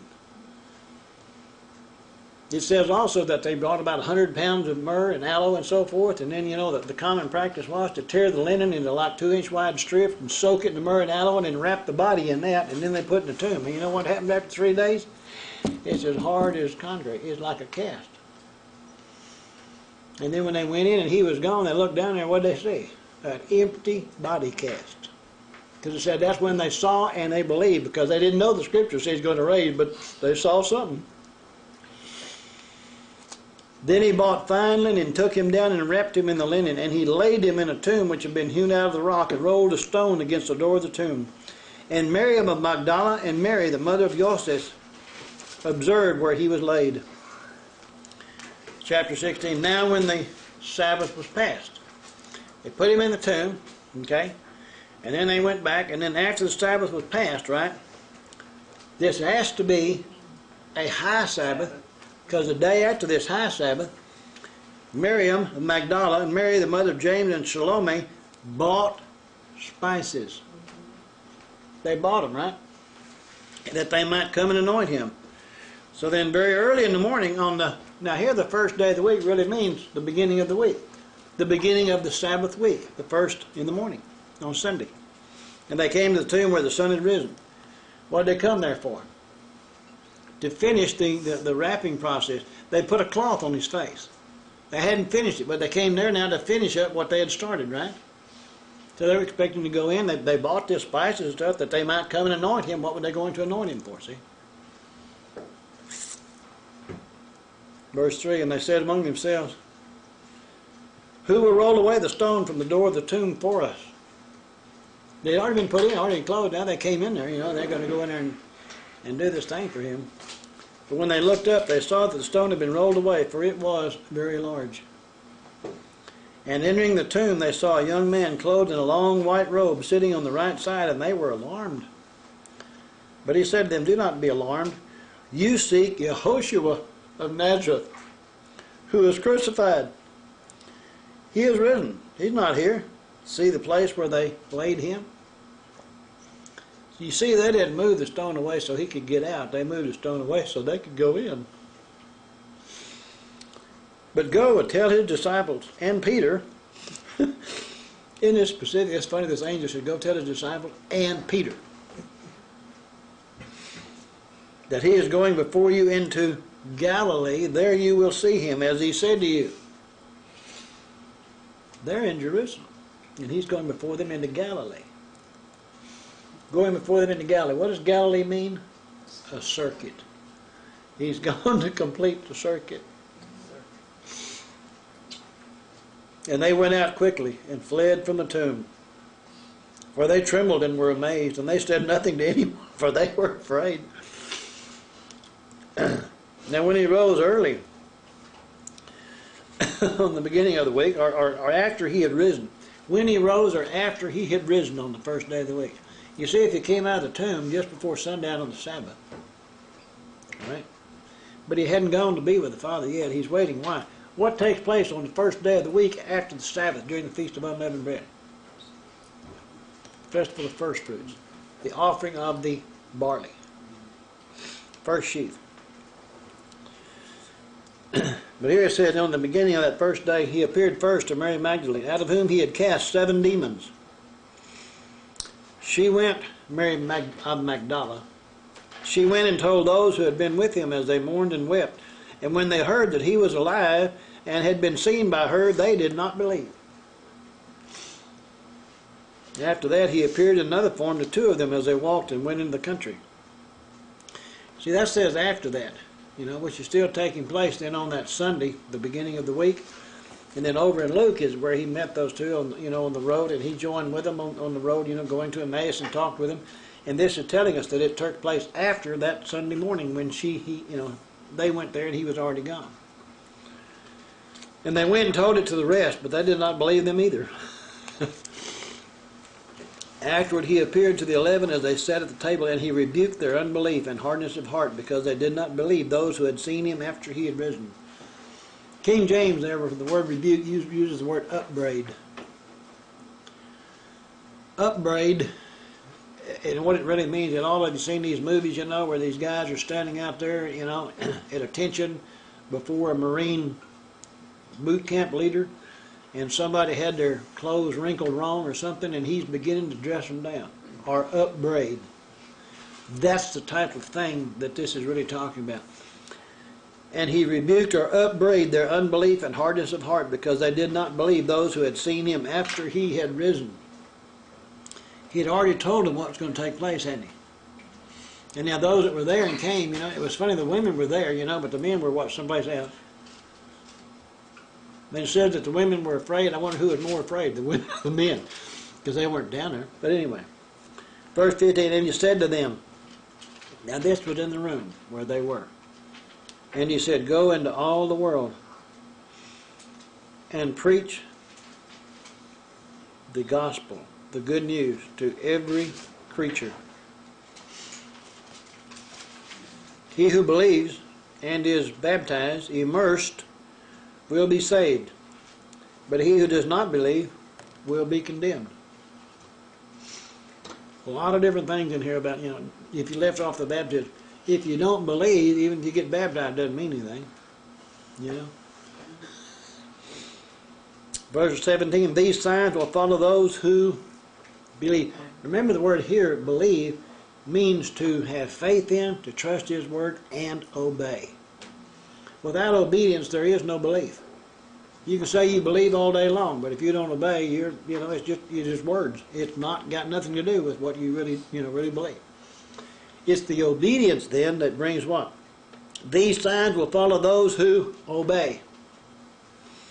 In my name they will cast out demons. They will speak with new tongues. They will take up serpents. And if they drink anything deadly, it will by no means hurt them. That take up is the number 142. It actually means to remove. It's not like these people out here right now who have this cult, you know, where they're playing with all these rattlesnakes and everything, trying to show how much they believe or something, because a lot of them died from the snakes. But they will remove, and the word serpents there, 3789, can mean serpents, but it also means maliciousness. So they can remove the maliciousness, and if they drink anything deadly, it will by no means hurt them. Actually, that drink anything deadly means if they imbibe anything poisonous. You can imbibe by more than just drinking, okay? But by no means hurt them. They will lay hands on the sick and they will recover. You know, as we become more and more immersed in this word, as we become more and more obedient to this word, and remember, there's only a few that really, you know, getting into this thing. A lot of people say they believe, but then other things that they do just rub out everything else. 100% belief and 100% obedience is what it's requiring. They will lay hands on the sick and they will recover. This is going to come to pass. And I hope all of us are going to see it before that day. They will lay hands on the sick and they will recover. Verse 19, so then after Yehoshua had spoken to them, he was received up into heaven and sat down at the right hand of Elohim. Verse 20. Now this is really a very amazing verse because there's a lot of words that have been added by the translators, you know, in italics. I'm going to read the way it is that I'm reading from the New King James. And they went out and preached everywhere the Lord, working with them and confirming the word through the accompanying signs. Amen. The word them is not in the Greek text. If you just draw a little line through that, not where you can't read it, but where you can still read it, then it reads, and they went out and preached everywhere, Yahweh working with and confirming the word through the accompanying signs. Amen. Confirming the word, not the people. He confirms the word. Even if somebody is false and yet the word they speak is truth, he will confirm the word, okay? And it might make some people seem like they're really doing something great just because of the word, you know. But how do we know the ones who are truly walking with him? Then their fruit, and their fruit will be their obedience to Yahweh. So you can't just go by the sign when you're trying to determine the person itself. You have to go by what the word said. And even in this New Testament commentary, it says that he confirmed what? The word. What word? Genesis through Malachi, the Torah and the prophets. And not only does that conclude the reading for the day, but that concludes the book of Mark. We'll have to see what we're going to pick up starting next week. And I thank everybody for your patience and your time, and that concludes the readings for today. You just finished one section commentary, not Torah. What is it, what were you talking about the trout?